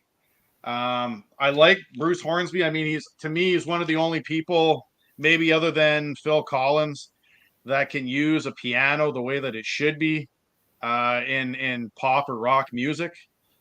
And I own all of Bruce Hornsby's stuff except for the when he went solo in the early 90s. There's an album that I want. It's on my Grail list, but it's just way too expensive. And that's the one with Harbor Lights on it. But I like all of his stuff. Yeah, I try to throw it out there whenever I can. I don't know why he's overlooked. And I heard he's a pretty cool guy, supports baseball. I think his kid is playing in some of the minor leagues, like almost professional, I think. I'm not 100% sure, but I know he supports that. So I'll throw that one out here. And then this might be the last time I show this for a little while. I know, Rob, you and I have talked about this many, many times. I know where you're going with this. I mean, Amanda Marshall's debut. I mean, come on. And if you haven't been part of the show or you haven't seen this, you got to check Amanda Marshall out. I mean, the only thing that's missing from this is her third album, which hasn't gone on vinyl yet. I'm not too familiar with the third one, but I hope she puts it out. And it's not as once good. Again, start to finish, that is a killer album. I agree. Yeah. Her third album is called Everybody's Got a Story, I think is what it's called. And not as good. She went a lot more R&B with that third album. I don't like it. I have it on CD. I imagine they'll probably do it on vinyl because it's the only one left. But it did have one amazing hit on there. That song, Sunday Morning or Sunday Morning After something. It's where she wakes up. I think I might know that one. Yeah. Yeah. Awesome song. It's like, I woke up with a snake tattoo, that song. It's that song. A great song. The rest of the album for me, not great. And I don't like her new one either, Heavy Lifting. I'm not a giant fan of that either. But I still hope that they put out her third album. I would buy that. I imagine that might come next year. Who knows? At the rate they're going. Sorry to interrupt. So that's what I got for my debut albums. I mean, I just those last two to me. You did that video a couple of weeks ago about your Firebox there. Yeah, those two are in mine, 100%. Fair. That is one of my favorite top 20 albums of all time for sure for me. It's awesome. So good. Yeah, it's too bad she got screwed by as many have before, right? By a record company and a bunch of other shit going on. And it's unfortunate she lost 20 years to it, yeah. But she's back at it now, so good for her. And I kicked myself I didn't see her when she was touring for Heavy Lifting last year, but yeah, is what it is. Exactly. All right. So arguably for me, the best ever debut album, and I'm surprised it took us all this long, but maybe not. I don't know. Boston. I mean, start to finish, song for song, just the best. Well produced, not overproduced, but pretty well produced. Great songs, great guitar, great everything. Just one of the best for me. Anyway, this will be rapid fire. And then second is The Police and Outlandis D'Amour. Again, much like I said for Dire Straits, you listen to this, you had a pretty good idea of what the Police were going to continue to be and continue to do. And they switched it up and they changed a little bit. Sting obviously changed a whole bunch when he went out on his own. But you can take this and Zenyatta Mondatta and Synchronicity, and they're not too far apart from anywhere. But, you've got Roxanne on here to start with, and Next to You, and So Lonely, and Can't Stand Losing You. And so it was pretty solid hits-wise, but it was pretty solid, just a really good overall album. And again, you knew what you were going to get from the Police, or you found out, I guess, later what you were going to get from the Police early, because they kind of got it right, and then they kept going. And then this is arguably one-hit wonder, but two-hit wonder, but also a great debut album. And then really kind of the only album is the Sex Pistols and Nevermind the Bollocks. Man, I would have loved to have heard another couple more of these. We talked about Pill earlier. These guys are never going to get along. Thankfully, they got along for at least one anyway, because this one's pretty good. It's arguably the greatest punk album. That's not necessarily the case, I don't think, but it's a pretty damn good album. And again, it's solid. You know the story of, and you know all the bullshit that went around them and the whole movement at the time.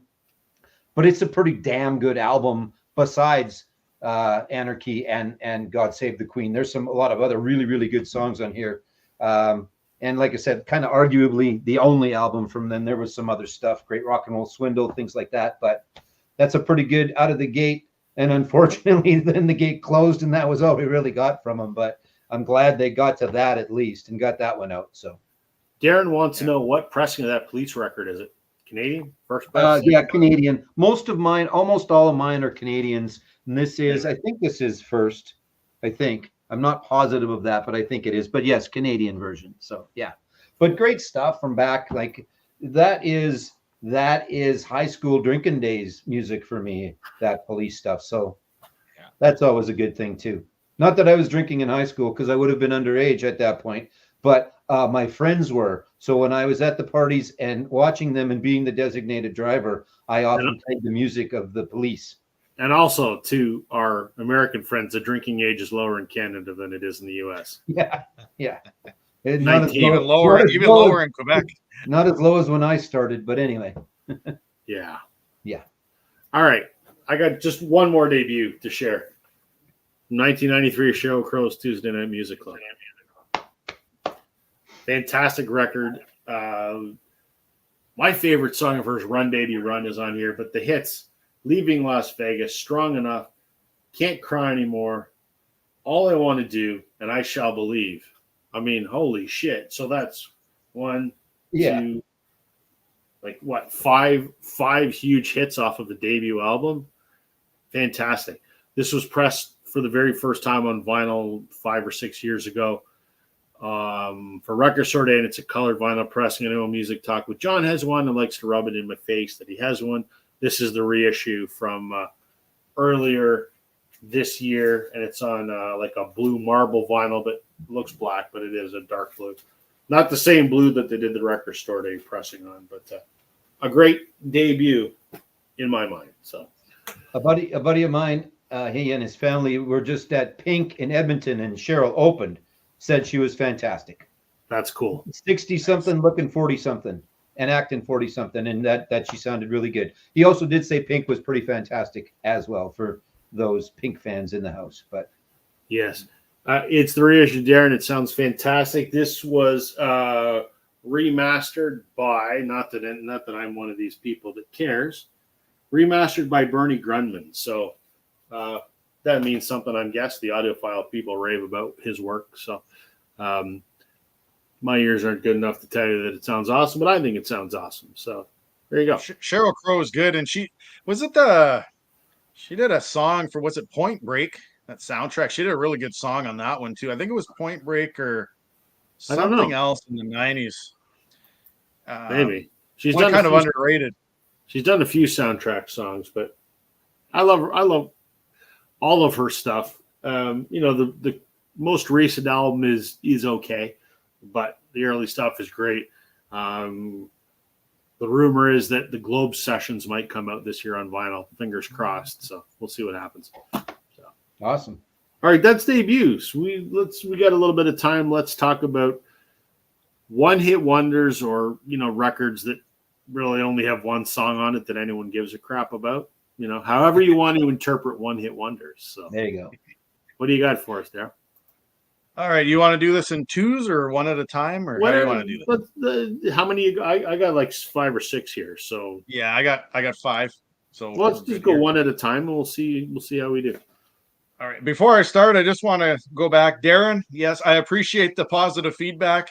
I'm glad that you like Bruce Hornsby and some of this other stuff. That's amazing. And was it Music Talk with John or Music Sanctuary? Music Talk.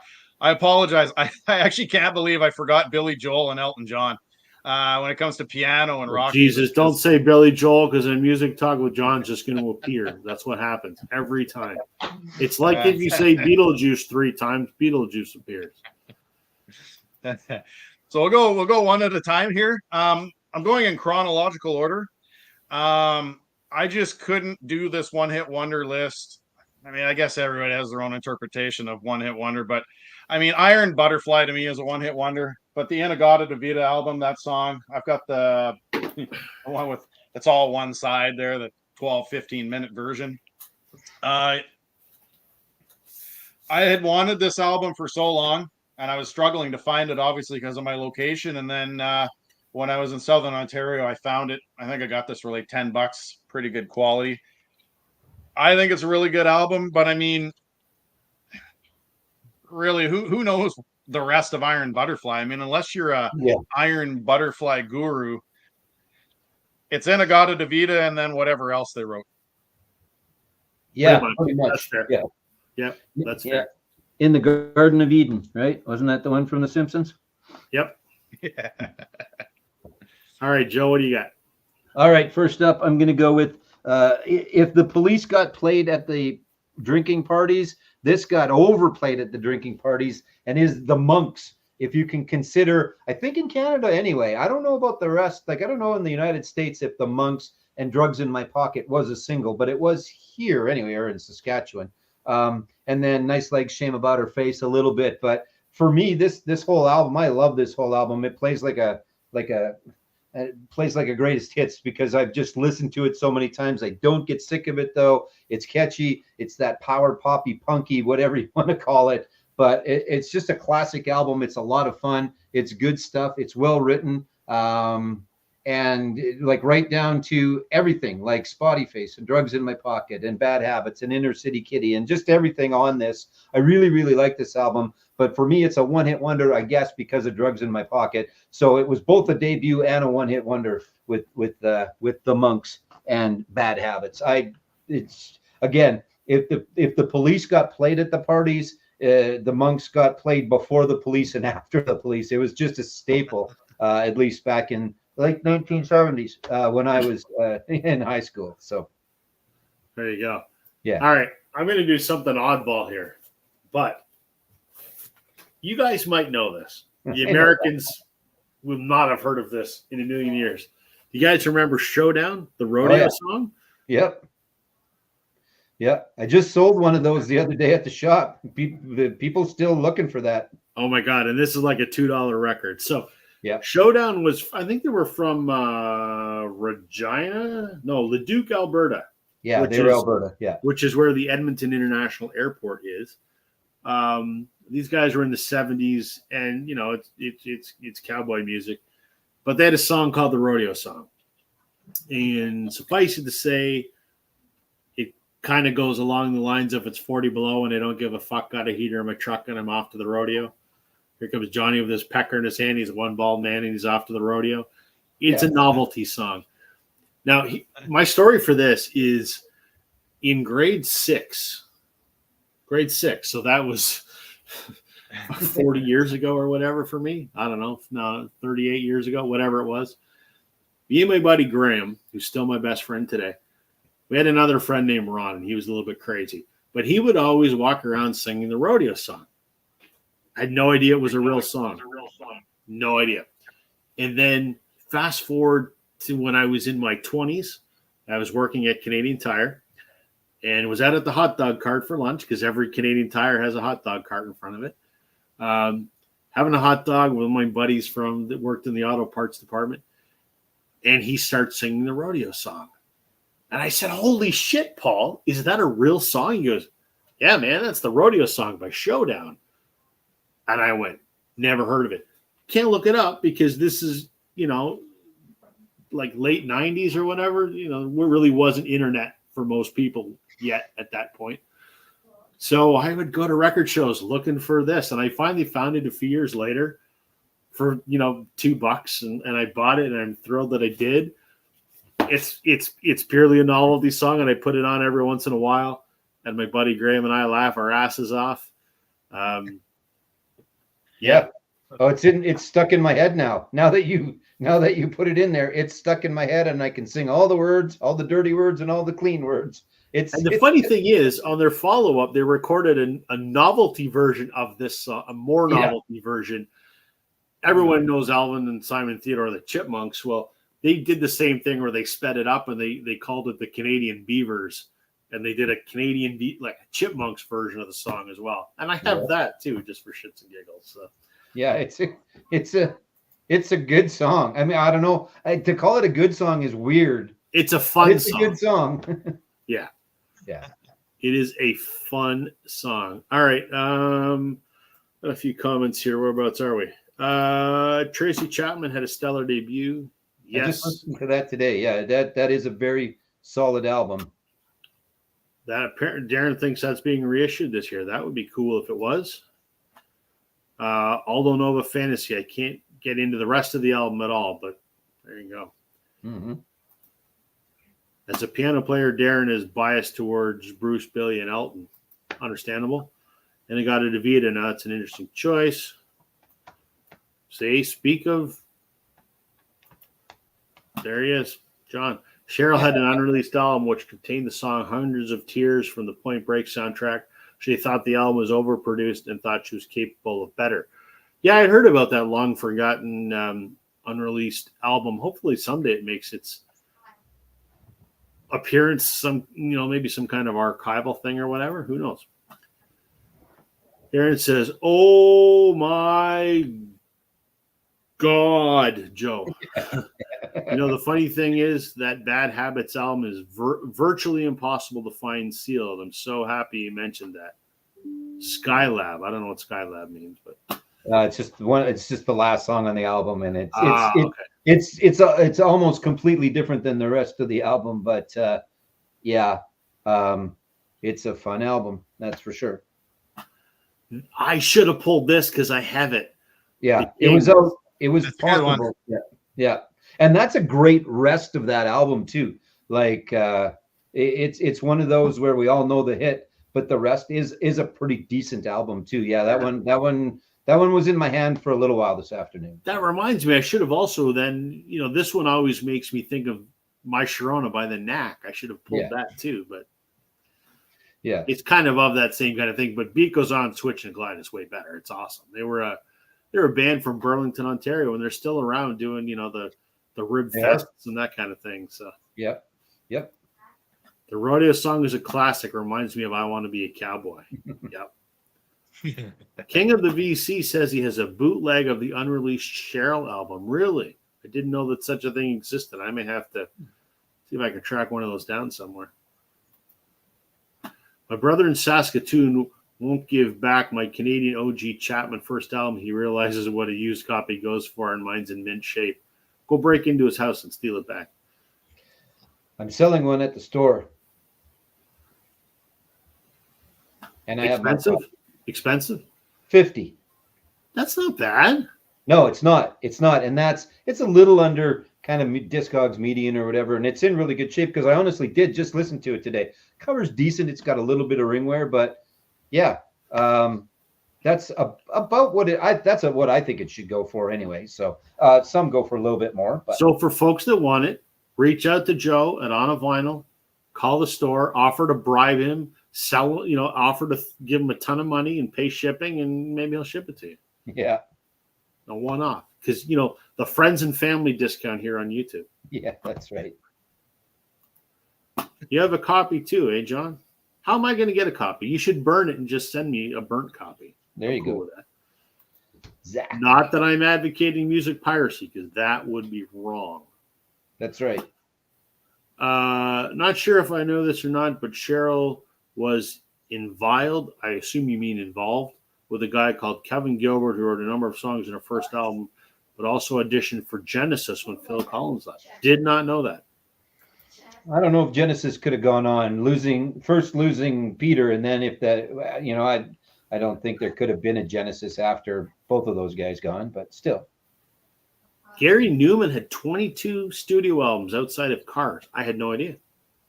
Yep, and is still touring and doing a bunch of stuff, I think. Anyway, I mean, not big tours, but he's still playing.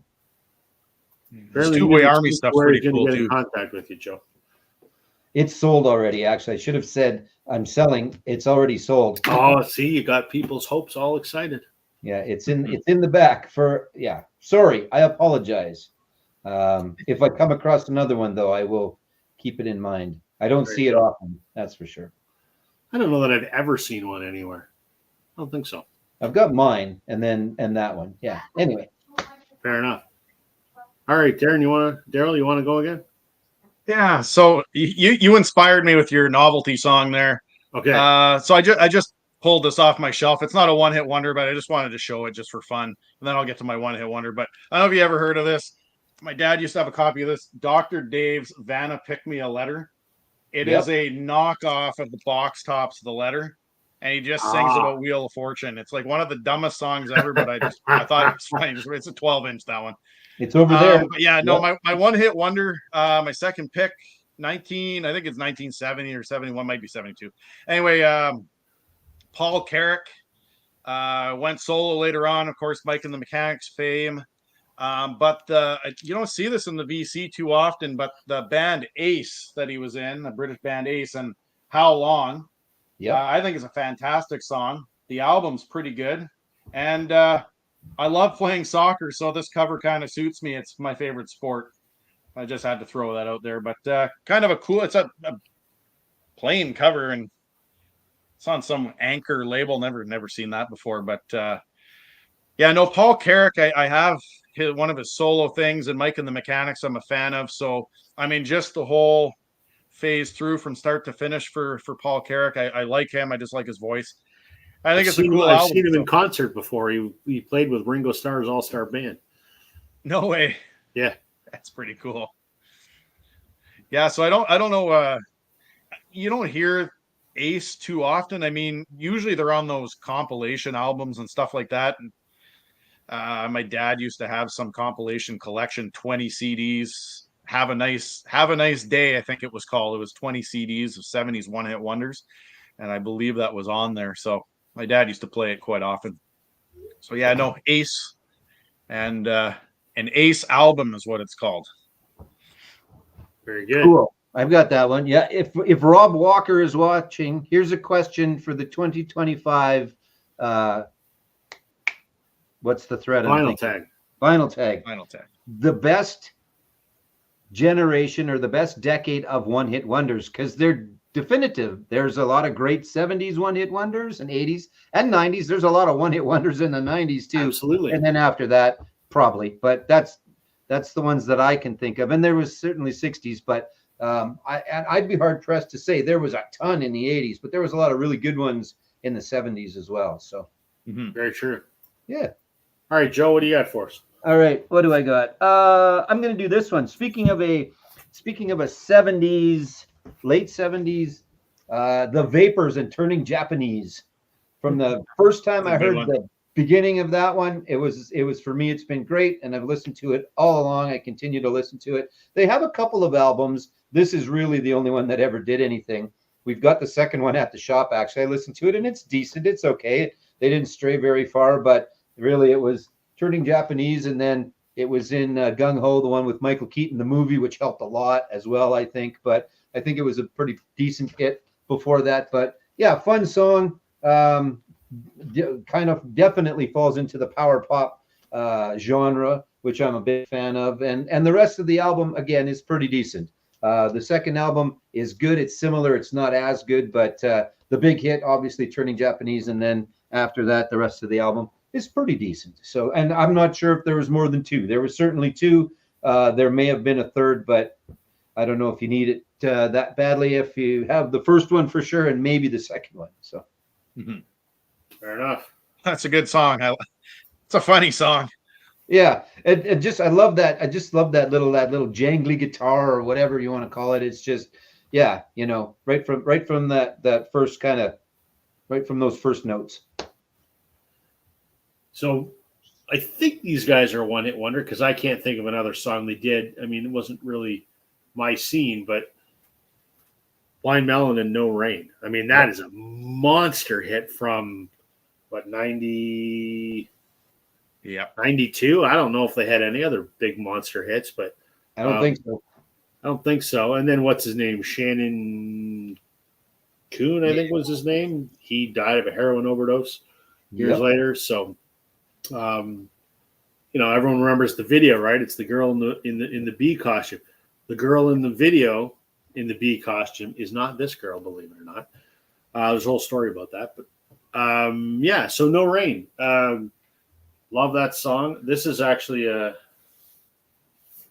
cool limited pressing on this weird kind of honey-colored vinyl. But I only own this because of the song No Rain, which I think is an awesome song.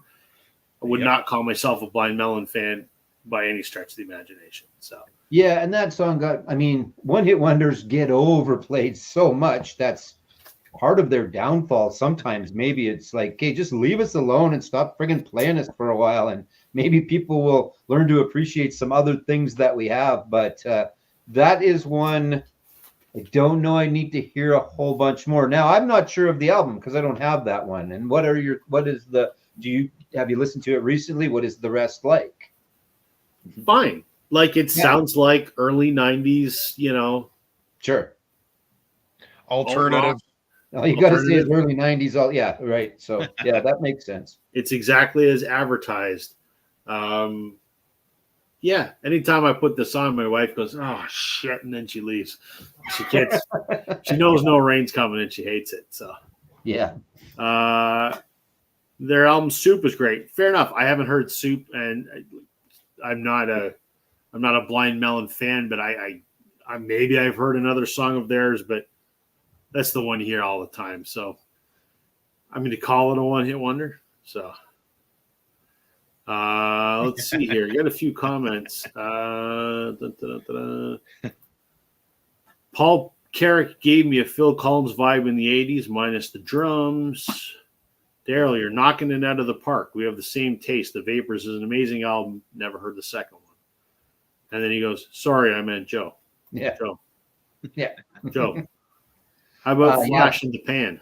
Hey, St. Peter. Yeah, great album. Really, really good album. And again, I picked up their second one. Actually, just sold it yesterday at the shop. Can't go too far. Flash in the Pan. George Young, AC/DC, Malcolm and Angus's older brother from the Easy Beats. That's Flash in the Pan. I was in a trivia league a couple of years. Well, not a league. We just did it our staff, and it's the only question in music that I got wrong the entire season. Yeah. It was so obscure as a one-hit wonder, I actually didn't know it. And they were throwing out all kinds of one-hit wonder stuff with me. That's the only time I've ever heard of them. There you go. You know it now, right? Yeah. Turning Japanese is about touching your no-no zone. Then why does it feel like yes, yes? I don't know. Four Non Blondes What's Up has over 1.8 billion streams on YouTube. I mean, you want to talk about the most streamed song probably on YouTube is Never Gonna Give You Up by Rick Ashley. I mean, that's the biggest song ever on YouTube. That's a one-hit wonder. But a lot of the reason that's such a hit is because of the Rickrolling thing. So, Gangnam oh Style. man, I haven't thought about this song since about Tub Thumping. 1997. Tub Thumping by Chumbawamba. Tub thumping. Yep. Holy shit.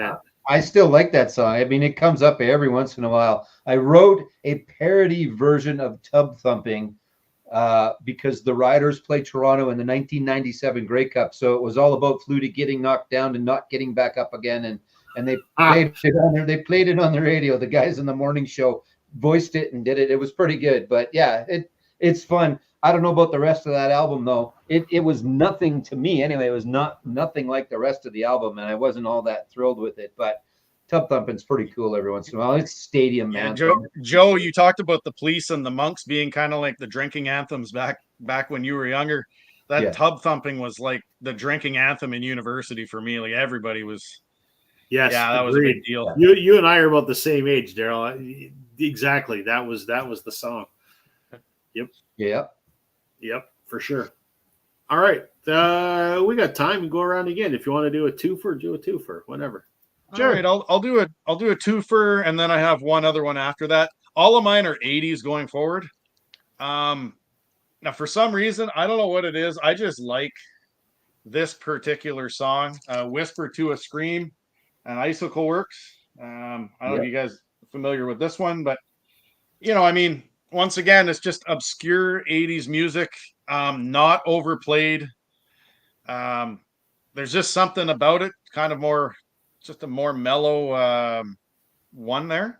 And then the next one I have, I can never pronounce this guy's name. I don't know if I'm saying it right, but a Good Heart by, what is it, Feargal Sharkey? Yeah, I'd go with that. Yeah. And I mean, I can't speak that the whole album's good, but A Good Heart's a great one.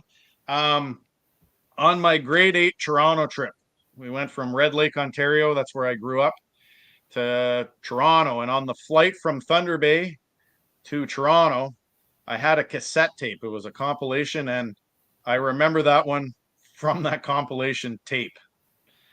So Feargal Sharkey is A Good Heart. Neat stuff, I guess. Yeah, I like it.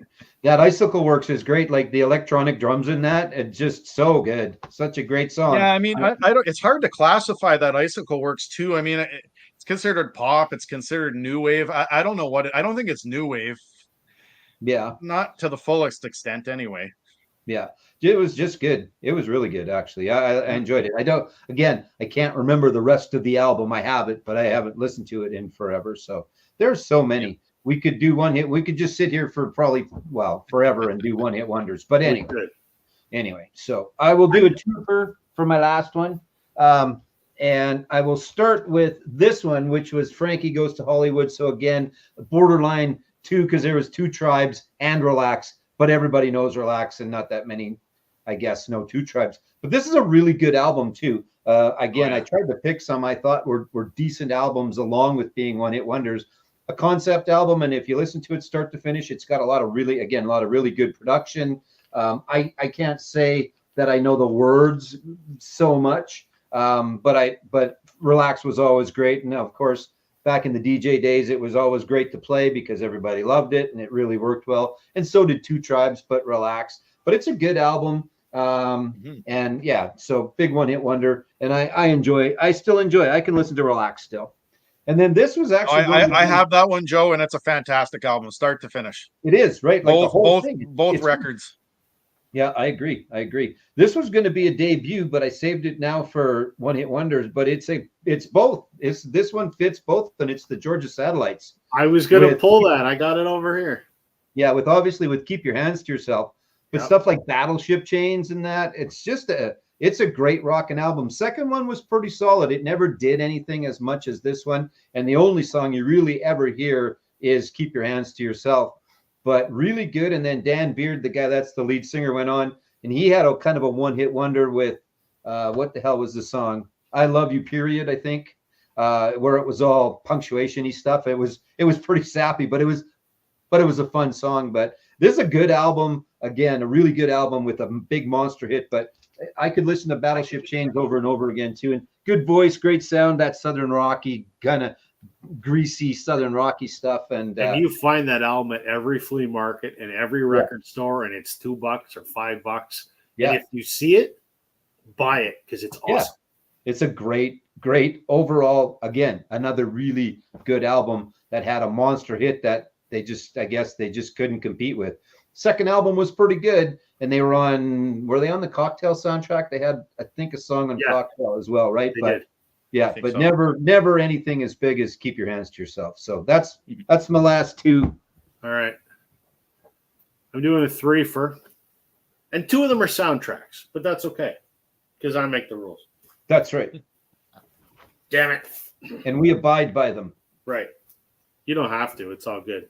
No, we do. I'm calling this a one-hit wonder. Now, this man has a bazillion hits with the band that he played in. But when I think about his solo career, I can only think of 2 hits. So I'm calling this a one-hit. I mean, I have this record because of one song. The biggest asshole in music, Don Henley. I can't stand. I'm a huge Eagles fan, but I would shit on this man's front porch. I really would. I cannot stand him. Dirty Laundry was a big hit, but Boys of Summer is kind of the big one. This Building the Perfect Beast, I have no desire to listen to anything else on this record except for The Boys of Summer, which is a fantastic song. Tons of hits with the Eagles, but solo he really only had the 2, and I only have this record just for that one song. So the last 2 are soundtracks, and I think that's okay because there are some soundtracks where it's a soundtrack for one song and the rest of it's all filler. Yeah. And that's what this is. I showed this a few weeks ago when I did the video with my son. Ghostbusters, the Ray Parker Jr. song, monster hit in the 80s, incredible movie. I don't even know the other songs in this album. Yeah. I don't know that I've even listened to them. I mean,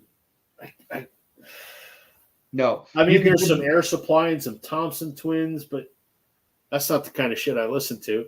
And I think if you said to people, can you name someone else on the Ghostbusters soundtrack? They're going to go, nope.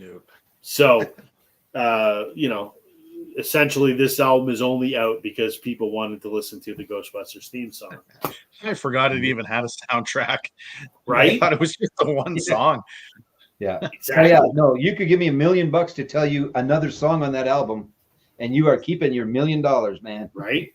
Yep. And the last one I'm going to show, I got to preface this by saying this may be the worst soundtrack for the worst movie ever made, but I absolutely love it. There's no hits on this because they're all cast recordings. But I put this under the one-hit wonder category because there's one song on here sung by the lead actress, and that is the only reason that I own this soundtrack. But I absolutely fucking love this movie. It is the sequel to a movie that everyone loves. I hate the original. I don't ever want to see it again. I love the horrible sequel. And without further ado, it is Grease fucking 2. Yeah, it dawned on me where you were going about a sentence or two ago. But so this movie is horrible. It is. They tried to repeat the formula of the original Grease movie. Original Grease movie, stupid. This is 10 times stupider, but I love it. But Michelle Pfeiffer, back in 1982. Yeah. Woo! And she does this song called Cool Rider. No one has ever made a ladder look so sexy. Holy balls. I got goosebumps. There we go. There you go. One hit wonders. Perfect. So, a few comments to catch up on, and then we'll wrap this thing up here. Darren says, "Way beyond fun. Thanks for having me. Well, you're always welcome to participate. We love when you do, Darren. So that's awesome. Yeah. Such as the Canadian in us. Yes, we need to get an American on the panel though. So, but whatever. Love Icicle Works. Ian McNabb is still making amazing music. Got to mention She Bangs by William Hung. Holy. I still can't believe they made that dance track one where it's dance version of She Bangs. It's just so bad. She bangs. She bangs. Jesus. This is a good one-hit wonder. Yeah. The Proclaimers. I Gotta Be. Yeah. Yeah. They also did I'm On My Way, which was really good too. I'm On My Way to Happiness or whatever it was called. Yeah. And these guys, when I think about it, always reminds me of, and I should have brought this up, because it's a song in a similar vein, Spirit of the West, Home for Rest. It's kind of that same sort of, and I should have showed that one, but yeah. Right, said Fred, too sexy. What about The Pursuit of Happiness? There's your Can Rock grab. I like The Pursuit of Happiness. And Darren, in my last video that I did, I showed it. And in last week's live stream, I talked about the Trans-Canada Highwaymen, of which one of the members of Pursuit of Happiness is one of the Trans-Canada Highwaymen. And since you and I talked about that record a couple weeks ago, Joe, I must have listened to that damn thing 30 times. It's so good. I've got an order coming in, and there's a copy in there for me. So beautiful. If you don't like it, I'll buy it off you, but you'll keep it. Trust me. Oh, I'm sure I will. Pursuit of Happiness were great. Again, kind of fall into the 2 hits category ish, right? I'm an adult now, and she's so young and that. But Mo and company was always really good. I like them. So yep, exactly. I'm surprised. Would we consider Prefab Sprout a one-hit wonder? I love their Steve McQueen Two Wheels good album, but their other albums are hit and miss to me. I'm not qualified to answer that question, so throw it over to you guys.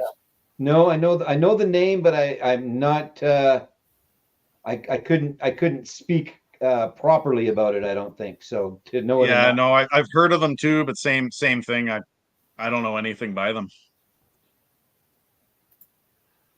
John is for some reason hung up about songs about your no-no spot. Yeah, so maybe that's me.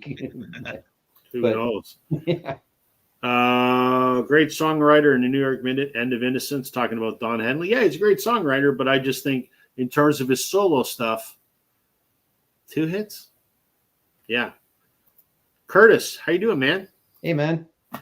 Hello. Relaxed by Frankie Goes to Hollywood. Jesus Jones, Right Here Now. What else? There's more than one Grease. Yes, there is, and the only one worth watching is the second one. Because they're both garbage, truthfully. I have a Japanese pressing of the original Grease soundtrack. Never saw Grease 2. No, nobody has, except for probably me and Michelle Pfeiffer. So yeah, but it's so good. American Graffiti 2 sucked as well. Sorry, Rob, I missed the show. Hope you're doing good. I'm good, Dave. How you doing, man? Richard, this is a good brain exercise. Toto and Dire Straits debuts were incredible. Was Toto's big album the first one, the one that had Africa and Rosanna? I thought that was their second album. Yeah, I thought. No, I'm just going to call them the purple one and the red one. I think the red one was the big one. I think the red one has those ones. Yeah, but the purple was the first, was it not? Yeah, I like all of that Toto stuff, but again, just another band that I am not very capable of speaking on, although I enjoy them. I like Steve Lukather, the guitar player. I mean, he's Lukather. He's done some incredible session work, played on some amazing stuff.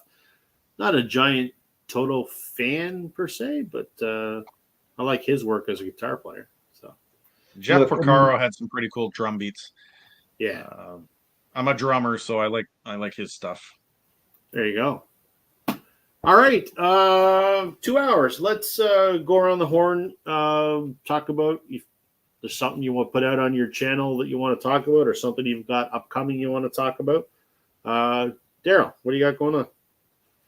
Yeah, so if you haven't checked it out, I dropped a video this morning for JT's Record Room, his 3,000 subs contest. If you haven't watched it, you get a good laugh out of it. I dressed up in this one, and I don't know what to say, so check it out. I went all out this time. And Sundays, last Sunday, I put out started a new series.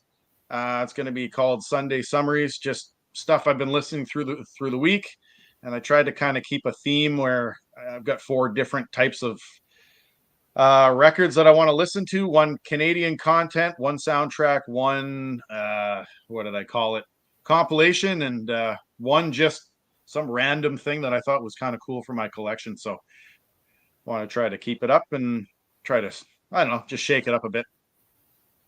Good. And Joe, yeah, there's nothing new ever going on here in the north. It's just I'm actually going to try to do for my theme song. I took a video of the train coming in the other day with the bell and everything going off, and I'm going to try to make some kind of a video just with locations where I live here. Nice. And see if I can come up with my theme video, and we'll go from there. Yeah. Or I could do what I did. I just paid someone to make my intro. I'm not creative enough. So. Joe, I know you're not making many videos for Racer Records these days. You're doing the on a vinyl stuff.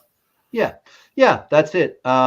Just busy with the shop and things like that. And you and I keep talking about it, and we're going to have to get together. We're going to do some new stuff for the podcast and things like that, yeah. Right? So let's. I'll email you later. I got a couple busy days coming up because my boss is in town tomorrow and the next day, so I got to babysit him for a little bit. But after he's gone, I'll have some time. We can do something in an evening or something. Yeah, it's all good. You seem like me, where you're up till all hours of the night, so we can do it just about any time. Except I'm generally like at 2:00 in the morning. I guess I should go to bed because I got to get up for work in 5 hours. So. Yeah, I start watching movies at midnight. So yeah, me too.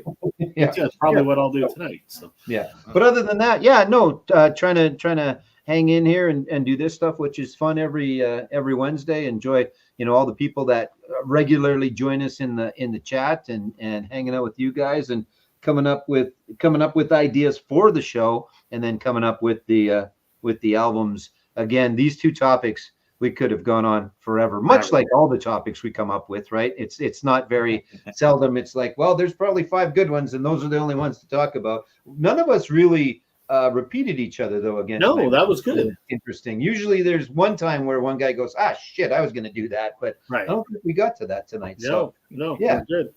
Yep. And you? As for myself, what I did my video on Sunday this week was a new vinyl pickup because I hadn't done one in 4 months because I didn't think I'd got a lot of stuff, but I actually did. So we did a vinyl finds, and sort of part 2 of that, I talked about how HMV is back in Canada. So record store, music store. I won't spoil it. You want to know in what form they're back, and it is brick and mortar. It's not just online. Yeah. Watch the video. I'm not going to spoil it, but when you mentioned the place where your wife saw it, I knew exactly what you were talking about, because when I was in Windsor, I said the same thing to my wife. I said, I cannot believe that's where they're at. Right. But I guess, I have a lot of nostalgia for HMV, as I'm probably sure both of you guys do too. Yes, Darren, HMV is back. You can either Google online what that is or watch my video from last week. It's at the end of the video. I show a few pictures and I talk about what I picked up there, and I talk about my thoughts on the HMV experience. It's not what it was back in the day. However, I guess it's better than nothing. So We'll leave it at that. So There you go. Yeah. yeah, that's where it's at. I don't know what I got coming up yet. I haven't figured out what the next video is going to be. I'll figure it out. I just I saw gotta young figure- LP lovers there. That's funny because I think most people would see HMV pass it and say, "Nah, it can't be. No way." right? But it is. True. Well, it's Yeah. the same thing. When my wife said, "There's vinyl here," and I went, "What?" And she sent me a picture, and I went, "HMV? No."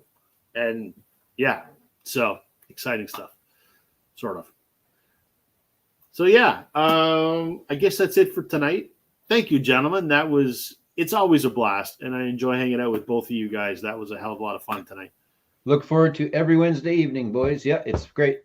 For sure. For sure. Maybe we can do the don't. Maybe we can do Yeah, the we can do don'ts the next don'ts week so next week. that Sure. Yeah, Then let's you do don't that. Yeah, then you don't even have to put them away. See, we don't have to think about a topic. We don't have to wait till the day before to start arguing about what the topic should be. All right, next week it's don'ts. Songs that we don't play. Songs I that guess we I'll skip. just have to get out an entire stack at Daryl Hall and John Oates for myself then. There you go. There you go.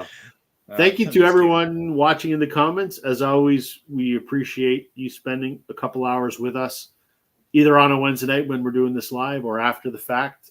Folks that watch it later on, thank you for spending some time with us. Gives us record nerds something to do. So thanks, everybody. The three of us will be back next Wednesday to talk about songs we don't like. So there you go. All right. Thank you, gentlemen. I will see you both next week. Sounds good. Thank you. All right. Take Have a good care. week, everybody.